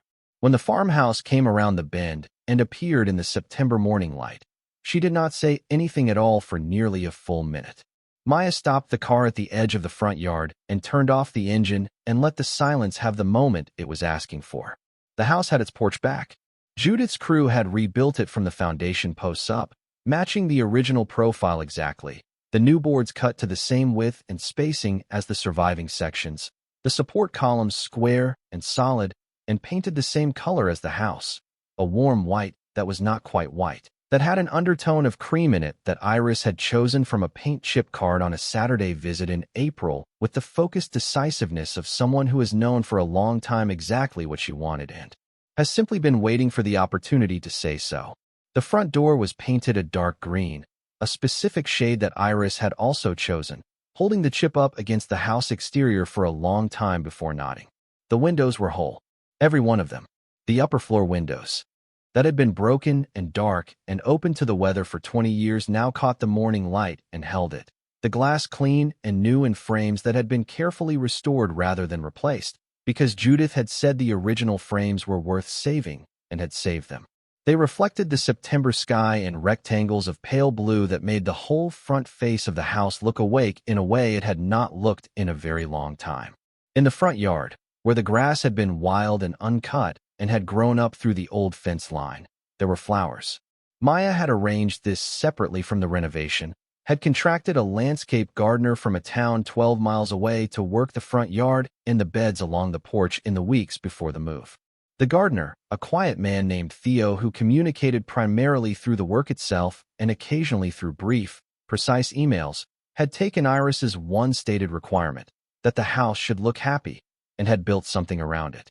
Zinnias and cosmos and rudbeckia in the colors of late summer, all of them still in full bloom in the early September warmth. The beds along the porch running the full length of the front face of the house. The colors moving from warm orange and gold near the door to the softer pinks and purples at the far end where the porch met the restored railing. Iris looked at the flowers for a long time. Then she opened the car door, stepped out onto the gravel, walked to the edge of the front yard, and stood there with her hands at her sides looking at the house that had her name on it now, that had been waiting in various states of disrepair for the particular person who would see in it what it had always been capable of being. Maya got out of the car and stood beside her. Iris said, quietly and with great conviction, "It looks happy." Maya looked at the house in the September morning light, at the flowers and the whole windows and the solid porch and the dark green door, and she thought about the November afternoon she had stood at the edge of the same front yard for the first time, holding her daughter's hand and looking at a building that was losing its argument with time. She thought about the list of shelters on the legal pad. She thought about the orange notice on the door. She thought about Carol Dempsey sitting in a plastic chair at a VA hospital on 3 Tuesday afternoons in 1989, bringing food in containers she carried on the bus, staying until a man who could not speak to anyone could speak. She said it did. The moving men arrived at the end of the gravel track and pulled up behind Maya's car, and the practical business of moving in began, which has its own kind of grace, the grace of physical work done with a clear purpose, of things finding their places, of a space that has been empty beginning to fill with the particular evidence of a life. Iris was not interested in the moving. She was interested in the rooms. She walked through each one with the unhurried thoroughness of a returning owner, touching the walls and the door frames and the windowsills, opening and closing doors to test their weight and the sound of their latches, pausing in the kitchen to look at the window above the sink that faced east and would, Maya had told her, catch the morning light on the counter every day of the year. She stood in that kitchen for a moment with the light on her face and said nothing, just stood in it the way you stand in something good when you know it's good and you don't want to be anywhere else. Then she went upstairs. Maya followed at a distance, letting her daughter have the lead, understanding that this part of the arrival belonged primarily to Iris and that the right thing was to be present without being in front. Iris moved down the upstairs hallway, past the bathroom, past the room that would be the guest room when Tanya came, past the small linen closet whose shelves were already lined with the paper Iris had chosen, a pattern of small blue birds on a white background, past the door that stood at the end of the hall. She stopped in front of that door. She put her hand on the handle, which was a simple brass lever, and she pressed it down, and she pushed the door open. The room on the southeast corner of the farmhouse was exactly what it had always been in the blueprint Maya had been carrying in her mind since November, which was to say it was exactly what Iris had been imagining since the Saturday morning when Maya sat with her at the kitchen table and told her it was hers. The light came in from two directions.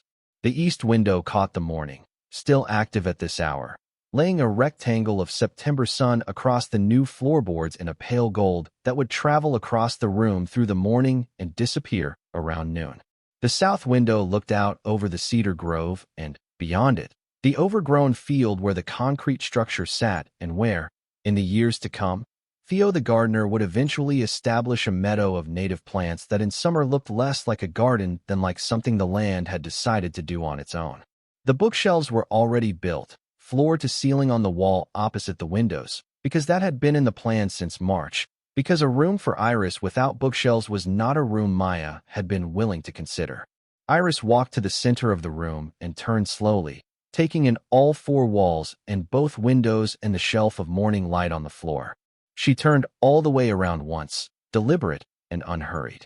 Then she stopped, facing the east window, and sat down on the floor in the path of the light. She sat there for a while.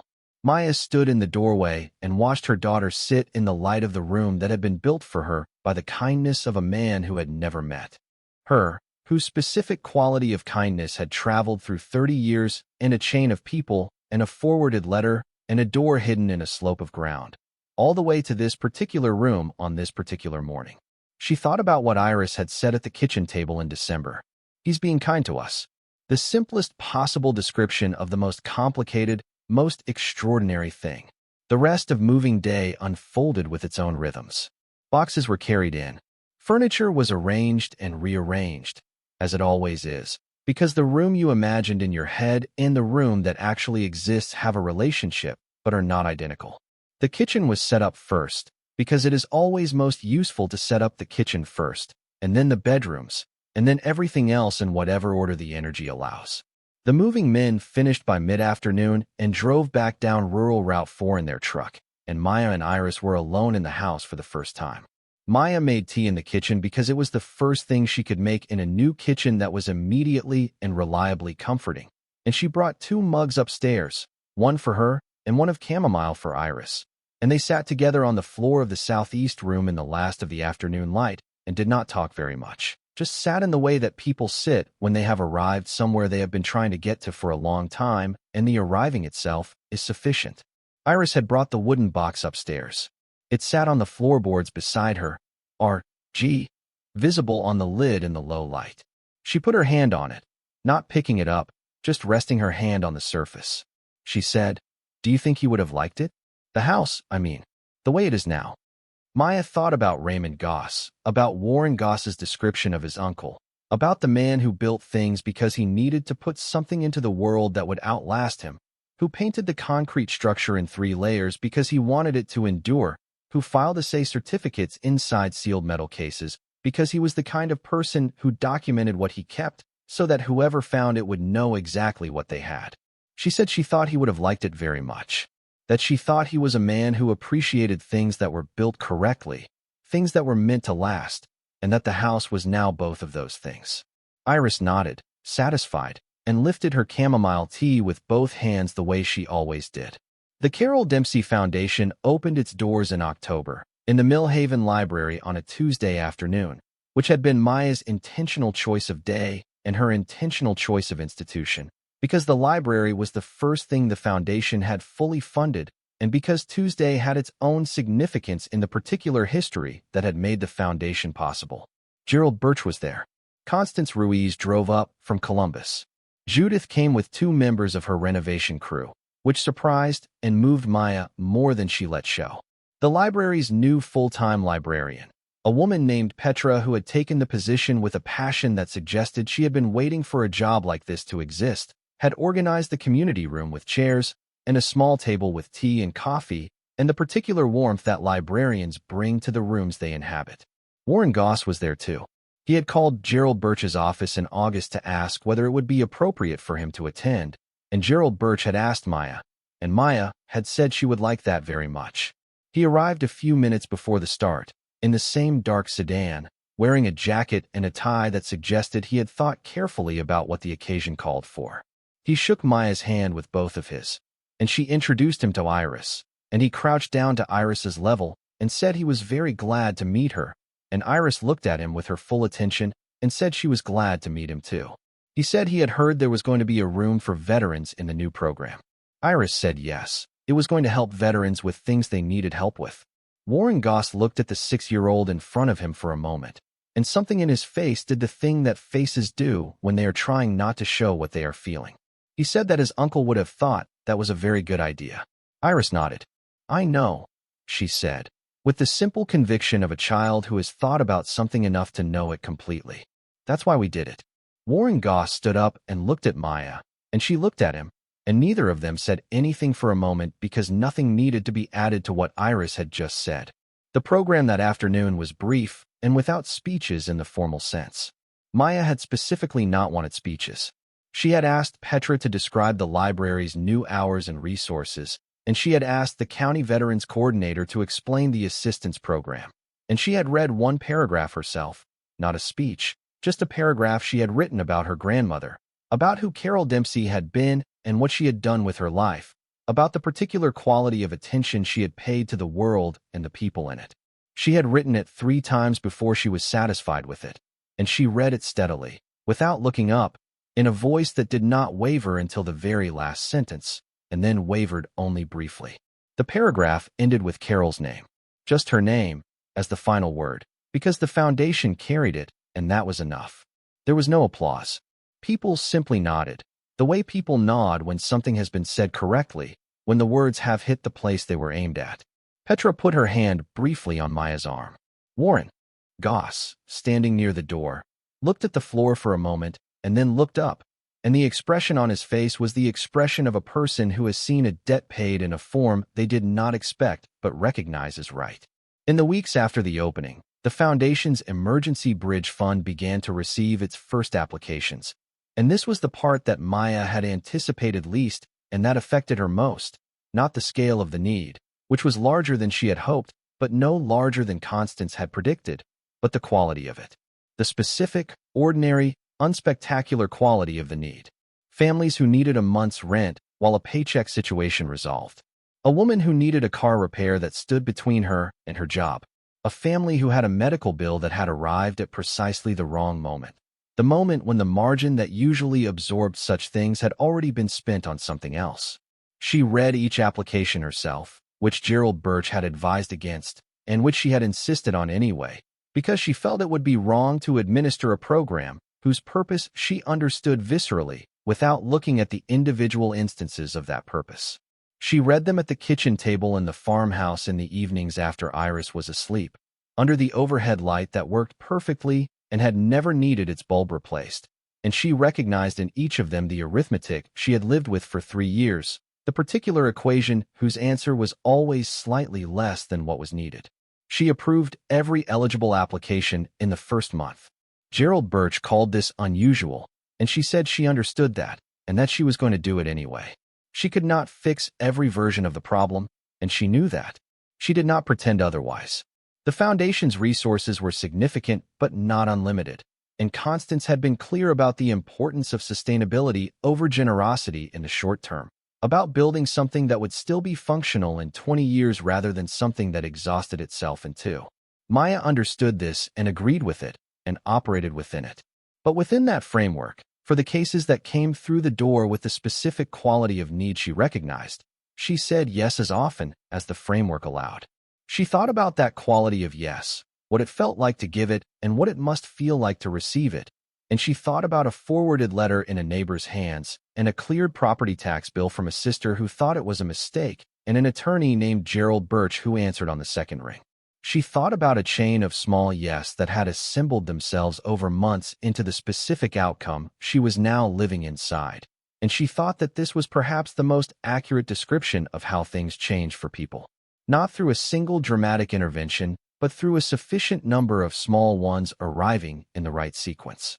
Tanya came in October, 2 weeks after the foundation opened, and she came the way Tanya came to everything, prepared and direct, and carrying information she had already researched and organized before anyone asked her to. She arrived on a Friday evening with her carry-on bag and a folder of printed articles about rural community investment that she had read on the plane, and she sat at the kitchen table in the farmhouse with a cup of tea and looked at the room around her with the focused, measuring attention she brought to everything new. She did not say the things Maya had expected her to say. She did not say it was beautiful, though it was. She did not say she could not believe how different it was from the first time she had stood in the front yard and looked at the tilting porch and the gray boards and the broken windows, though she could not. She said, instead, that she had been thinking about what Maya had done with the foundation and that she thought Carol would have found a way to be present at the opening and equally mortified to have anything named for her. Maya said she knew. That was why she had done it. Because Carol would have been mortified, and because things named for people who would have been mortified by the naming are usually the truest honors. Tanya looked at her across the kitchen table for a moment. Then she said she was proud of her. She said it in the direct, unembellished way that was Tanya's way of saying things that were difficult to say, the same way she sent money without a note, because the addition of anything extra would make it feel smaller rather than larger. Maya said she could not have done any of it without the back tax money. Tanya said that was not the part she meant. They stayed up late that first night, the way they used to when they were younger and living in the same city, talking about things that were not urgent and some that were, moving between them without agenda. And it was the best conversation Maya could remember having in years, which said something about what the preceding years had done to her available attention and what was now becoming possible in its place. Iris took Tanya on a tour of the house the following morning, which occupied Tanya for the better part of 2 hours because Iris's tours were comprehensive. She showed Tanya every room on both floors and explained, in the particular detail she had absorbed from watching Judith's crew over 9 months of Saturdays, what had needed to be done in each one and what specifically had been done. She showed Tanya the east window in her room and demonstrated the morning light by standing in it, which at 9 o'clock in October was still substantial. She showed Tanya the bookshelves, which were already beginning to fill with books Maya had been ordering since June, and she showed Tanya the south window and the view of the cedar grove and explained that beyond the cedars was where the vault was. Tanya looked at the cedars through the south window. She said she had not actually gone inside the vault on her November visit, that she had stayed in the antechamber only and had not had the full experience. Iris said they could go now if she wanted. They went together, all 3 of them, after breakfast, through the field and past the cedars to the concrete structure in its olive green paint. Maya pushed the door open and they went through the antechamber and into the inner room, where Petra's archive was arranged on the shelves with the care that archivists bring to arrange things, each box labeled and each item documented, the framed letter on its dedicated shelf with the archival glass catching the light from the fluorescent fixture that Judith's crew had installed during the restoration phase. Tanya read the letter through the glass. She read it slowly, word by word, the way Maya had read the letter from Gerald Birch the first time, hoping the words would rearrange, but knowing they would not. She looked at the last line for a long time. "I hope it is enough," she said, quietly, that it was more than enough. Iris, standing beside the shelf, nodded. She had been reading the letter through the glass for months.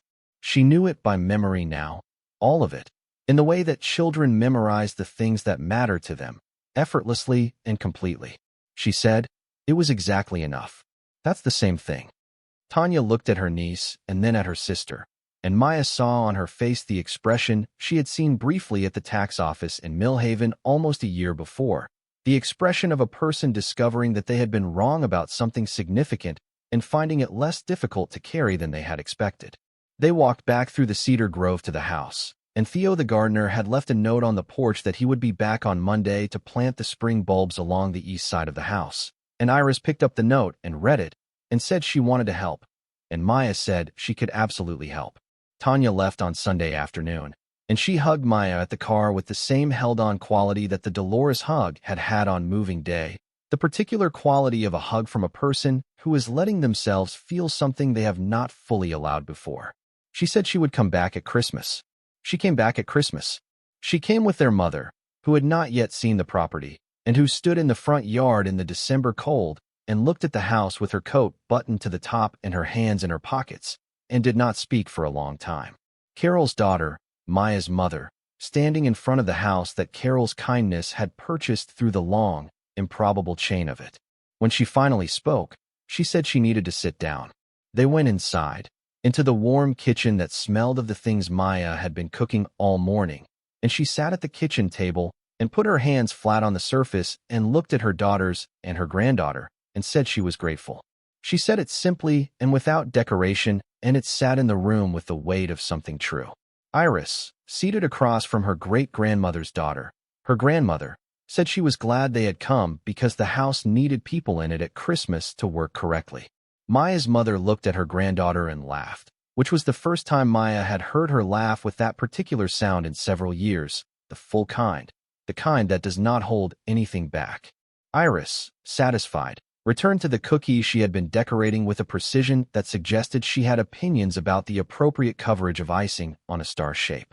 They stayed through the new year, the four of them in the farmhouse with its warm kitchen and its whole windows and its porch that did not lean, and they spent the days the way holiday days in warm houses are spent, cooking and reading and walking the property in the cold air.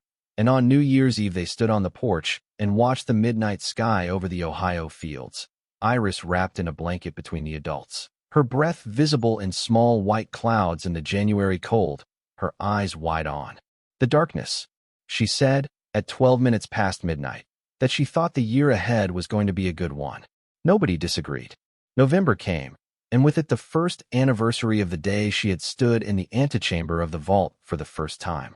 She drove to the property on that date, the exact date, not as a ritual she had planned, but as something she found herself doing, the car turning toward Millhaven on a morning when she had not particularly intended to go. She parked in what was now properly a driveway, the gravel raked and the edges defined by Theo's careful hand, and she walked to the concrete structure in the late autumn light. The cedar grove had not changed. It did not change quickly. The trees simply stood in their close formation, smelling of what cedars always smell of, and the ground between them was soft with needles that had been accumulating since before Maya was born. She stood at the entrance to the structure, which was unlocked now, its padlock removed, its door standing slightly open as it had been since the final asset transfer had been completed in January. She went inside. The antechamber was different from the version she carried in her memory. Memory had made it darker, smaller, more ominous with the specificity of a place that carries enormous weight. In reality, it was simply a well-built room, its composite paneled walls absorbing the light evenly, its shelving units empty and clean, its floors swept by Judith's crew during the restoration cleanup. The inner vault door was propped open permanently now, its combination dial removed, and its wheel handle secured in the open position. Because a sealed vault with nothing inside it was simply an engineering curiosity, but an open one was something more useful.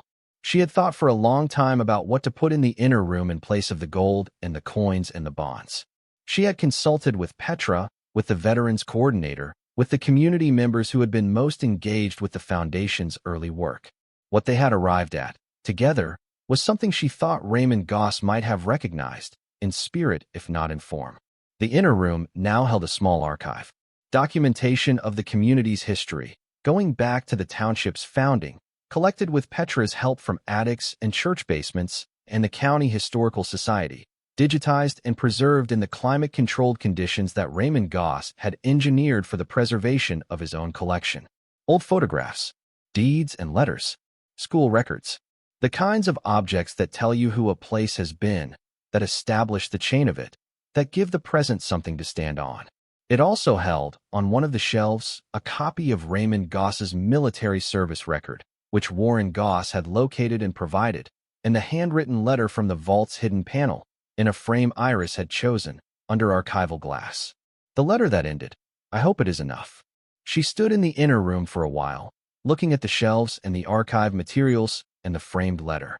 She thought about Raymond Goss building this room by himself, working the concrete blocks into place without telling anyone why, pouring the floor and installing the ventilation, and hanging the vault door in the particular sequence that engineers and the handy and the obsessively careful understand is the only sequence that works. She thought about the years of him adding to the collection, the deliberate accumulation of things he intended to outlast him, the paper trail he maintained so that whoever found it would know what they had. She had gone back to nursing in the spring. She had returned to a different hospital, 140 minutes from Millhaven, where she worked 3 days a week in a position she had found through a contact of Constance's, a position that allowed her to be home when Iris finished school every afternoon and to give the work what it actually asked for rather than a fraction of it.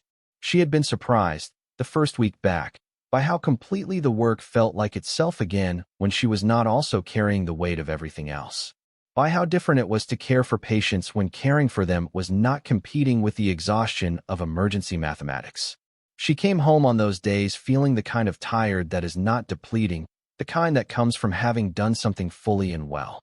Iris had started at the school in Millhaven, which was small enough that the teachers knew the names of all their students within the first week, and which had a third-grade teacher named Mr. Okafor who had recognized immediately what kind of student he had in Iris Calloway, and who had begun bringing additional books to school specifically for her, leaving them on her desk on Mondays without comment, which was exactly the right method of delivery for a child who received things best when they were offered without ceremony.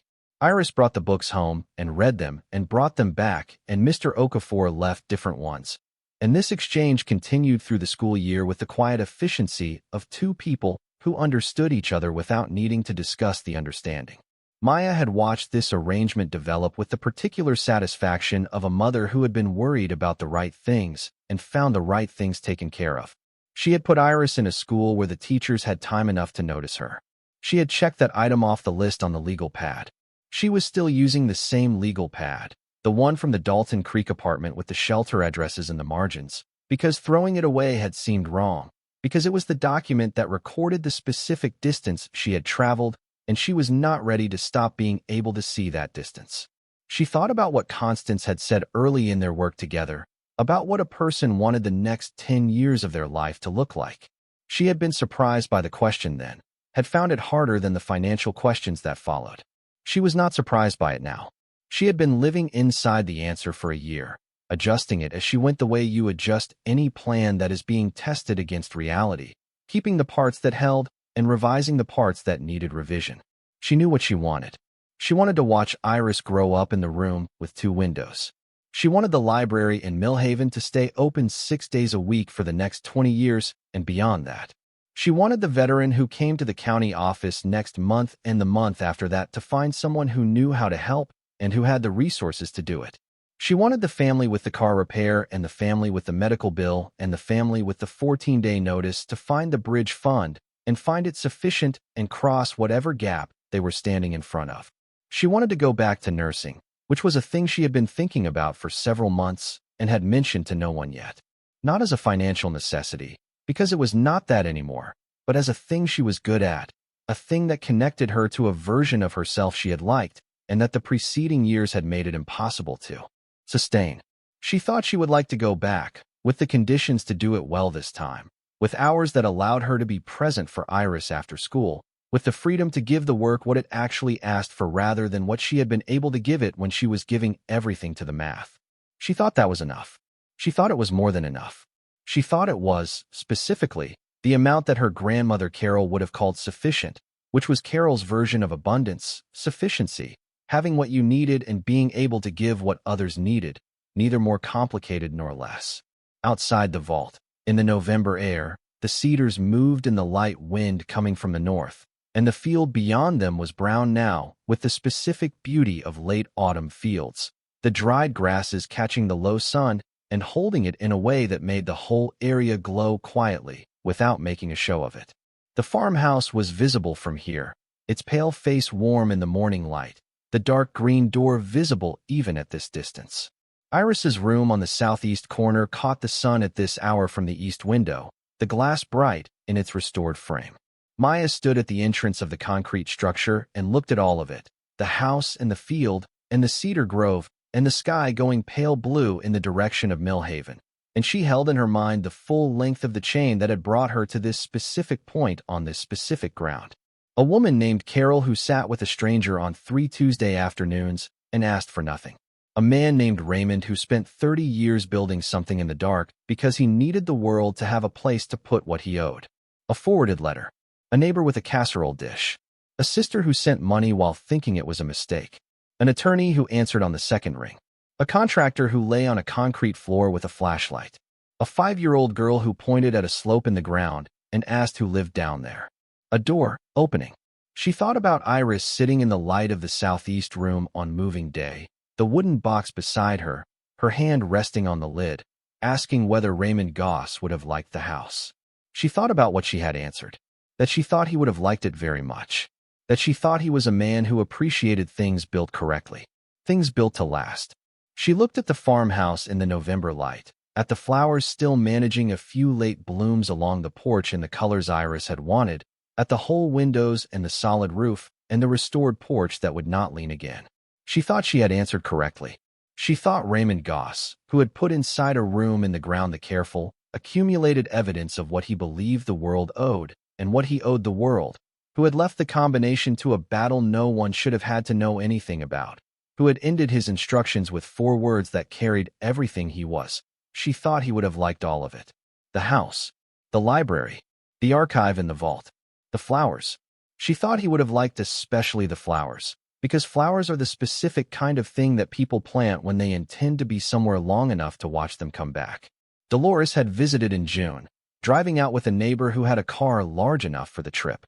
She had stood in the front yard with the same quiet expression Maya's mother had worn in December, the expression of someone confronting the gap between a description and the thing itself. She had gone up to Iris's room and stood in the light of both windows and said it was a good room. Iris had said she knew. Dolores had brought rosemary cuttings and, wrapped in cloth in the bottom of her bag, a small photograph she had kept from years before, Maya and Iris at a park in Dalton Creek. Iris perhaps 3 years old, both of them squinting into the sun. She said it should be in the house rather than in her drawer. Maya put it on the kitchen windowsill where the morning light found it, where Iris passed it every school morning going downstairs. In the second week of October, a few days after the foundation opening, Maya had received a handwritten letter from a woman she did not know, postmarked from West Virginia, signed only with the name Margaret. The woman said she had read the regional article. She said she had known Raymond Goss briefly in the late 1970s, that she had been, for a short time, the woman he had thought he might marry. She said she had kept track of him at a distance for years. She said she was glad the property had gone to someone who needed it and had done something good with it. She said she thought he would have been proud. Maya had folded the letter and put it in the wooden box with the R.G. initials on the lid, which seemed like the right place for things belonging to Raymond Goss to rest together. She had not written back yet. She was going to. She thought the right words would be simple once she stopped complicating them. She thought she was going to say, He built something that lasted. The right person found it. We are trying to do something with it that he would have recognized. She thought that was the right letter. She stood in the November air for a while longer, and then she went inside to make breakfast, because Iris would be up soon, and she liked to have the kitchen warm before her daughter came downstairs, liked to have that particular thing ready. The smell of something good on the stove and the light on in the kitchen and the sound of someone moving around in the house below, which was the sound a home makes when it is working the way homes are supposed to work, which is to say when the person inside it knows they are not leaving. The creek at the back of the property was running over its flat stones with the clear, unhurried sound it made in all seasons, but which was particularly audible in November when the leaves were down and the air was still and there was nothing to absorb it. Warren Goss had said it was exceptional in spring, that it ran fast then, and she was looking forward to spring. But it was good now too. It was good in every season. That was the thing about a piece of land that had been waiting for someone to arrive and notice it. It had been doing its work all along. The creek had been running. The cedars had been growing.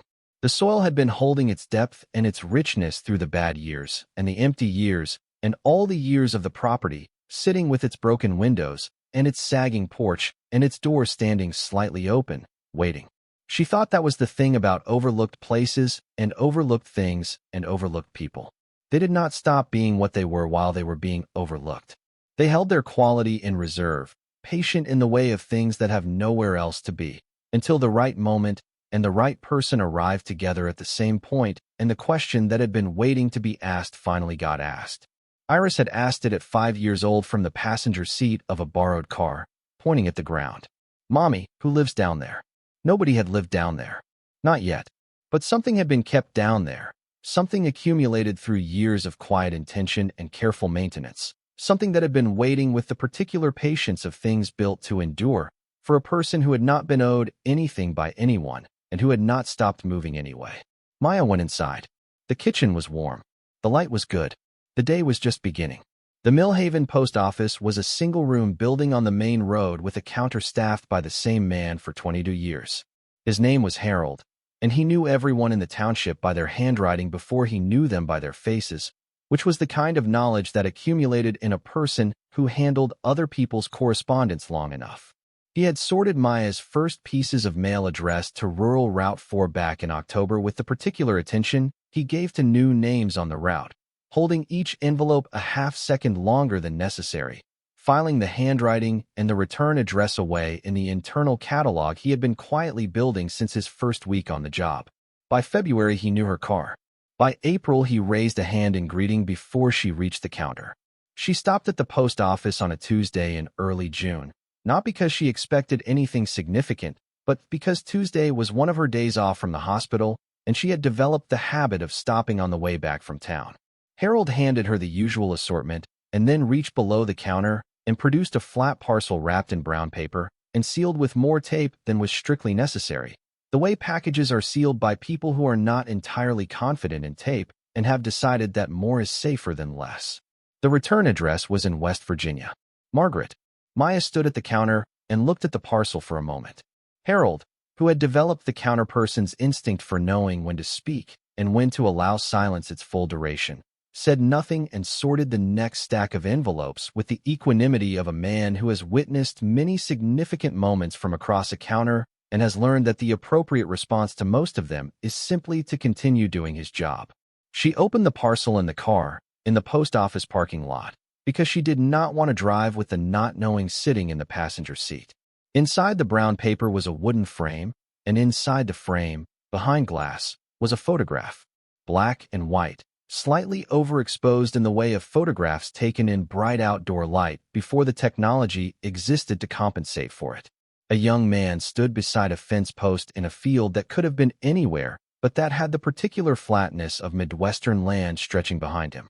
His arms were at his sides, and he was squinting into the sun with an expression that was not quite a smile, but contained all the ingredients of one. He was perhaps 25. His posture was military without being rigid, the posture of someone who had trained that quality into their body and carried it into civilian life not as a performance, but simply as the shape the body had settled into and held. There was a note tucked behind the frame, folded twice. Margaret had written that she hoped the photograph was welcome and that she understood if it was strange to receive. She said it was taken in the summer of 1972, not long after Raymond came home from his second tour, when he was still learning what the shape of the next chapter was going to be. She said he had looked exactly like that on the days when things were going well, and that she wanted Maya to know what his face looked like on those days, since the story as Maya had received it was necessarily the story of a man who had lived most of his later life alone, and she thought that was an incomplete picture of who he had actually been. She said she was glad the land had flowers on it now. She had seen a photograph in the follow-up article that the regional paper ran in March, the piece about the foundation's opening, and in the photograph the front of the farmhouse had been visible with the porch beds in bloom. She said Raymond would not have planted flowers himself, that it was simply not something he thought to do, but that he would have been glad they were there. She said he was the kind of man who could appreciate beauty without producing it, which she had always felt was its own distinct and legitimate category of person and not an inferior one. She ended by saying she hoped they could meet one day. Not urgently, just one day, when the time felt right for both of them. Maya sat in the parking lot and read the note twice and looked at the photograph for a long time. The young man in the field was looking directly into the camera with that not-quite smile, and the light was laying itself across him at the angle that made the image look slightly more significant than a casual snapshot had any right to look, and she thought about Margaret wrapping it in too much tape and carrying it to a West Virginia post office and sending it across several hundred miles to someone she had never met, on the simple theory that it was better to send it than to go on holding it alone indefinitely. She thought that was the right theory. She drove home and put the photograph on the shelf in the inner room of the vault, beside the framed letter with its 4 final words. Raymond Goss now had a face in the place where his things were kept. She thought that was an improvement on every arrangement that had preceded it. The summer that followed was the first summer Maya had spent on land she owned, which turned out to be a different experience from every other summer in her adult memory, not transformed all at once in the way that certain changes remake everything in a single moment, but different in a quiet, accumulating, persistent way that she noticed in small daily increments.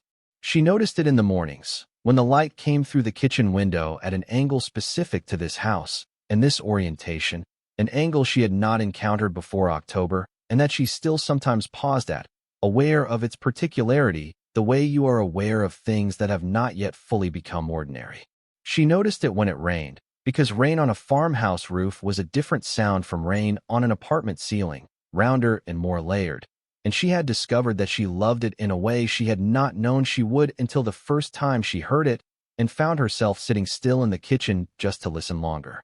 She noticed it when Iris came in from the back field with grass on her knees and creek mud on one boot, and the absolute, unself-conscious certainty of a child who has been outside long enough to stop thinking about being outside, which was a quality Maya had not seen on her daughter in Dalton Creek, where outside had always been a destination you traveled to rather than a condition you simply found yourself inside. Iris had grown over the summer in the specific way that children grow when they are given genuine room. Not only taller, though she was noticeably taller.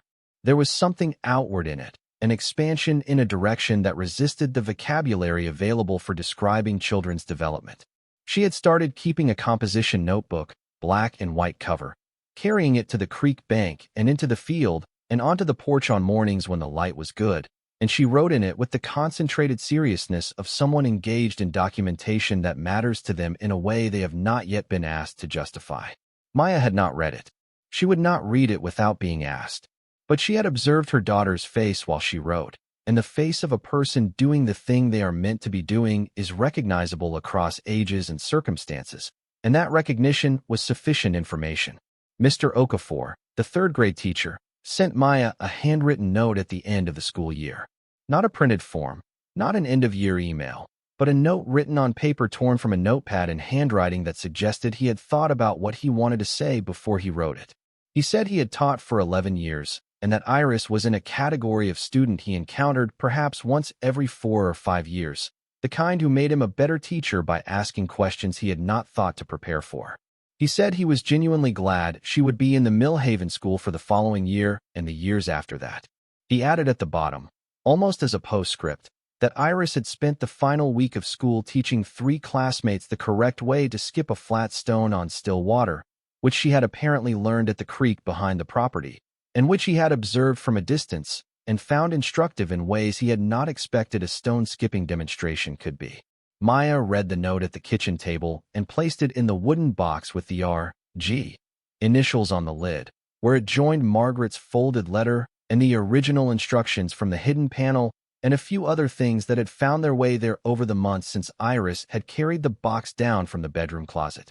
The box had become what it needed to become, the place where things too meaningful to file and too important to leave loose went to exist alongside each other in the particular companionship of objects that share a context without sharing a form. The Veterans Program held its first community gathering in July, organized by James, the county coordinator, who had the calm, solutions-oriented manner of a person who has spent a career in the space between what people need and what currently exists to meet it, learning to build connections in that gap with whatever materials are at hand. He had not asked Maya to be involved in the planning. She had taken this as a sign of competence and been genuinely grateful for it. He knew the people he served. She attended as a guest, which carried its own particular quality, being present in a room that had grown from something she had helped put in motion, but that had by now developed its own weight and direction entirely independent of her involvement. The room held about 30 people. Veterans, family members, volunteers from the county who had gotten involved through the outreach James had run in the spring. There was food on a folding table along one wall, the specific practical spread of community events that arrives correctly, without anyone having planned it as a menu, assembled by people who understand intuitively how to feed a room of people who have come for something other than the food. James spoke briefly, describing the program's first months without ceremony, and then he stepped back and the room took over, which was clearly the shape he had intended the evening to take. An older man near the back, white-haired, wearing a jacket that had attended many occasions before this one, said something Maya had not expected to hear and that she carried home with her afterward and set down carefully in her thinking the way you set down something fragile that you intend to come back to. He said he had lived in Millhaven for 38 years and had not known until 3 months prior that any resource existed in the county specifically for veterans. He said he had not been looking for resources, that he had managed on his own in the way he had managed everything since 1975, with the self-sufficiency of a man who had decided some time ago that asking for help was a category of vulnerability he was not prepared to enter. He said James had come to his door in April, not to offer anything in particular, just to knock and introduce himself as someone who was available. He said that was the thing that had made the difference. Not the program as an institution, not the funding or the paperwork or the structure behind it. The arrival. A person standing at the door who had decided to be there. He said he had come to think that was what most people needed when you stripped everything else away. Not the thing itself. The arrival of another person willing to show up. Maya sat with that for a long time after the July gathering, turning it over on the drive home and in the days that followed. Carol had not offered Raymond Goss a program or a resource or any structured form of assistance. She had arrived. She had shown up on 3 Tuesday afternoons and sat beside a man who could not speak and remained there without requiring him to be anything other than what he was. She had stayed long enough for him to find his way back to language, and that act, unremarkable in its execution and unrecorded by anyone, had grown over 50 years into a library and a veterans program and a bridge fund and a farmhouse with flowers on the porch and a child writing in a notebook at a creek bank. All of it branching outward from that original arrival the way water finds its way through ground, following whatever opens, spreading without a plan, covering more territory than anyone who watched the first drop fall could have mapped in advance. The man in the jacket near the back of the room had said it correctly. Not the thing itself. The arrival.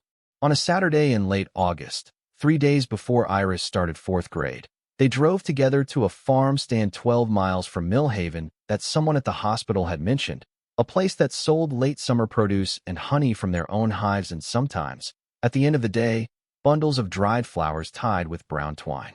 They bought tomatoes and sweet corn and a jar of clover honey and one of the dried flower bundles, which Iris chose without deliberation, reaching past the other options for the one she wanted with the confidence of someone who already knows the answer before the full range of choices has been presented. On the drive home, Iris held the flower bundle in her lap and watched the late August fields going gold at the edges outside her window, the corn high and dry and waiting for harvest, and she said without particular preamble that she had been thinking about something. Maya asked what she was thinking about. Iris said she had been wondering whether Raymond Goss had ever been happy on the land. Not just whether he had been content or whether the land had served its purpose for him, but whether he had been actually happy there, in the way that she was happy there, the everyday kind that did not require anything unusual to happen. Maya kept her eyes on the road for a moment. She said she thought he had been, in his way, that some people found happiness in the making of things, and that he had made a great deal, and that making things had probably been the form his happiness took even on days when it did not look from the outside like what people generally meant when they used the word. Iris considered this with her characteristic patience, turning it over.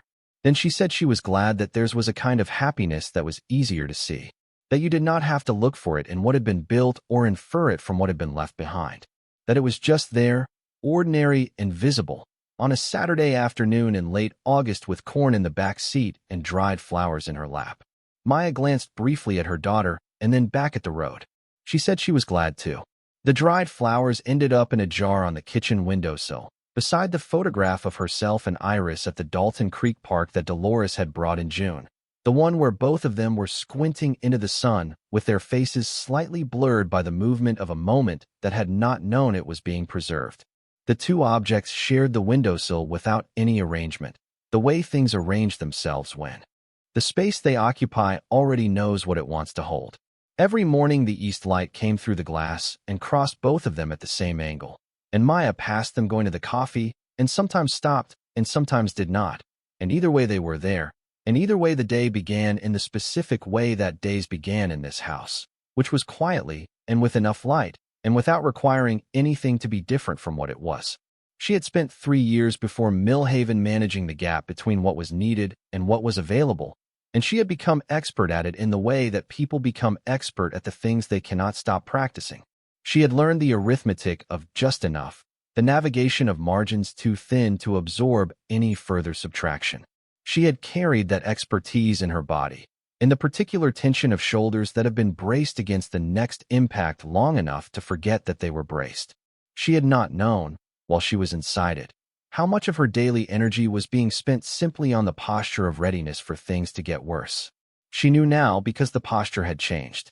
The shoulders had let go of something they had been holding for 3 years, gradually and without announcement, over the months since November, and she had noticed the release not as a single event, but as a series of small mornings when she woke up, and the first thought was not the arithmetic, but simply the day itself, simply what the day was, what it held, what it asked of her. The ordinary forward motion of a life that did not have to calculate its own survival before it could begin.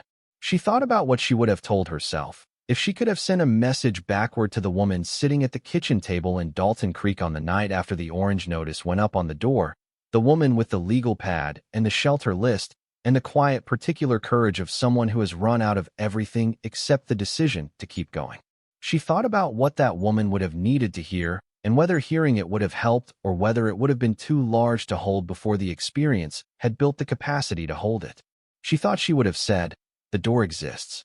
She would have said, "It is not visible from where you are standing, but it exists, and you are going to find it, and you are going to walk through it. And on the other side is a kitchen with a window that faces east, and the light in the morning is exactly what light is supposed to be." She thought that was all she would have needed to know. She went to the window and stood in the morning light with her coffee and looked out at the field and the cedar grove and the particular September sky of rural Ohio going clear and blue in every direction above the tree line. And she thought that the light was, in fact, exactly what it was supposed to be. It always had been. She had simply needed the window. Thank you so much for watching until the end. If you love this story, check out the other videos on your screen now. I think you'll really enjoy them. And don't forget to subscribe if you haven't already. See you in the next story.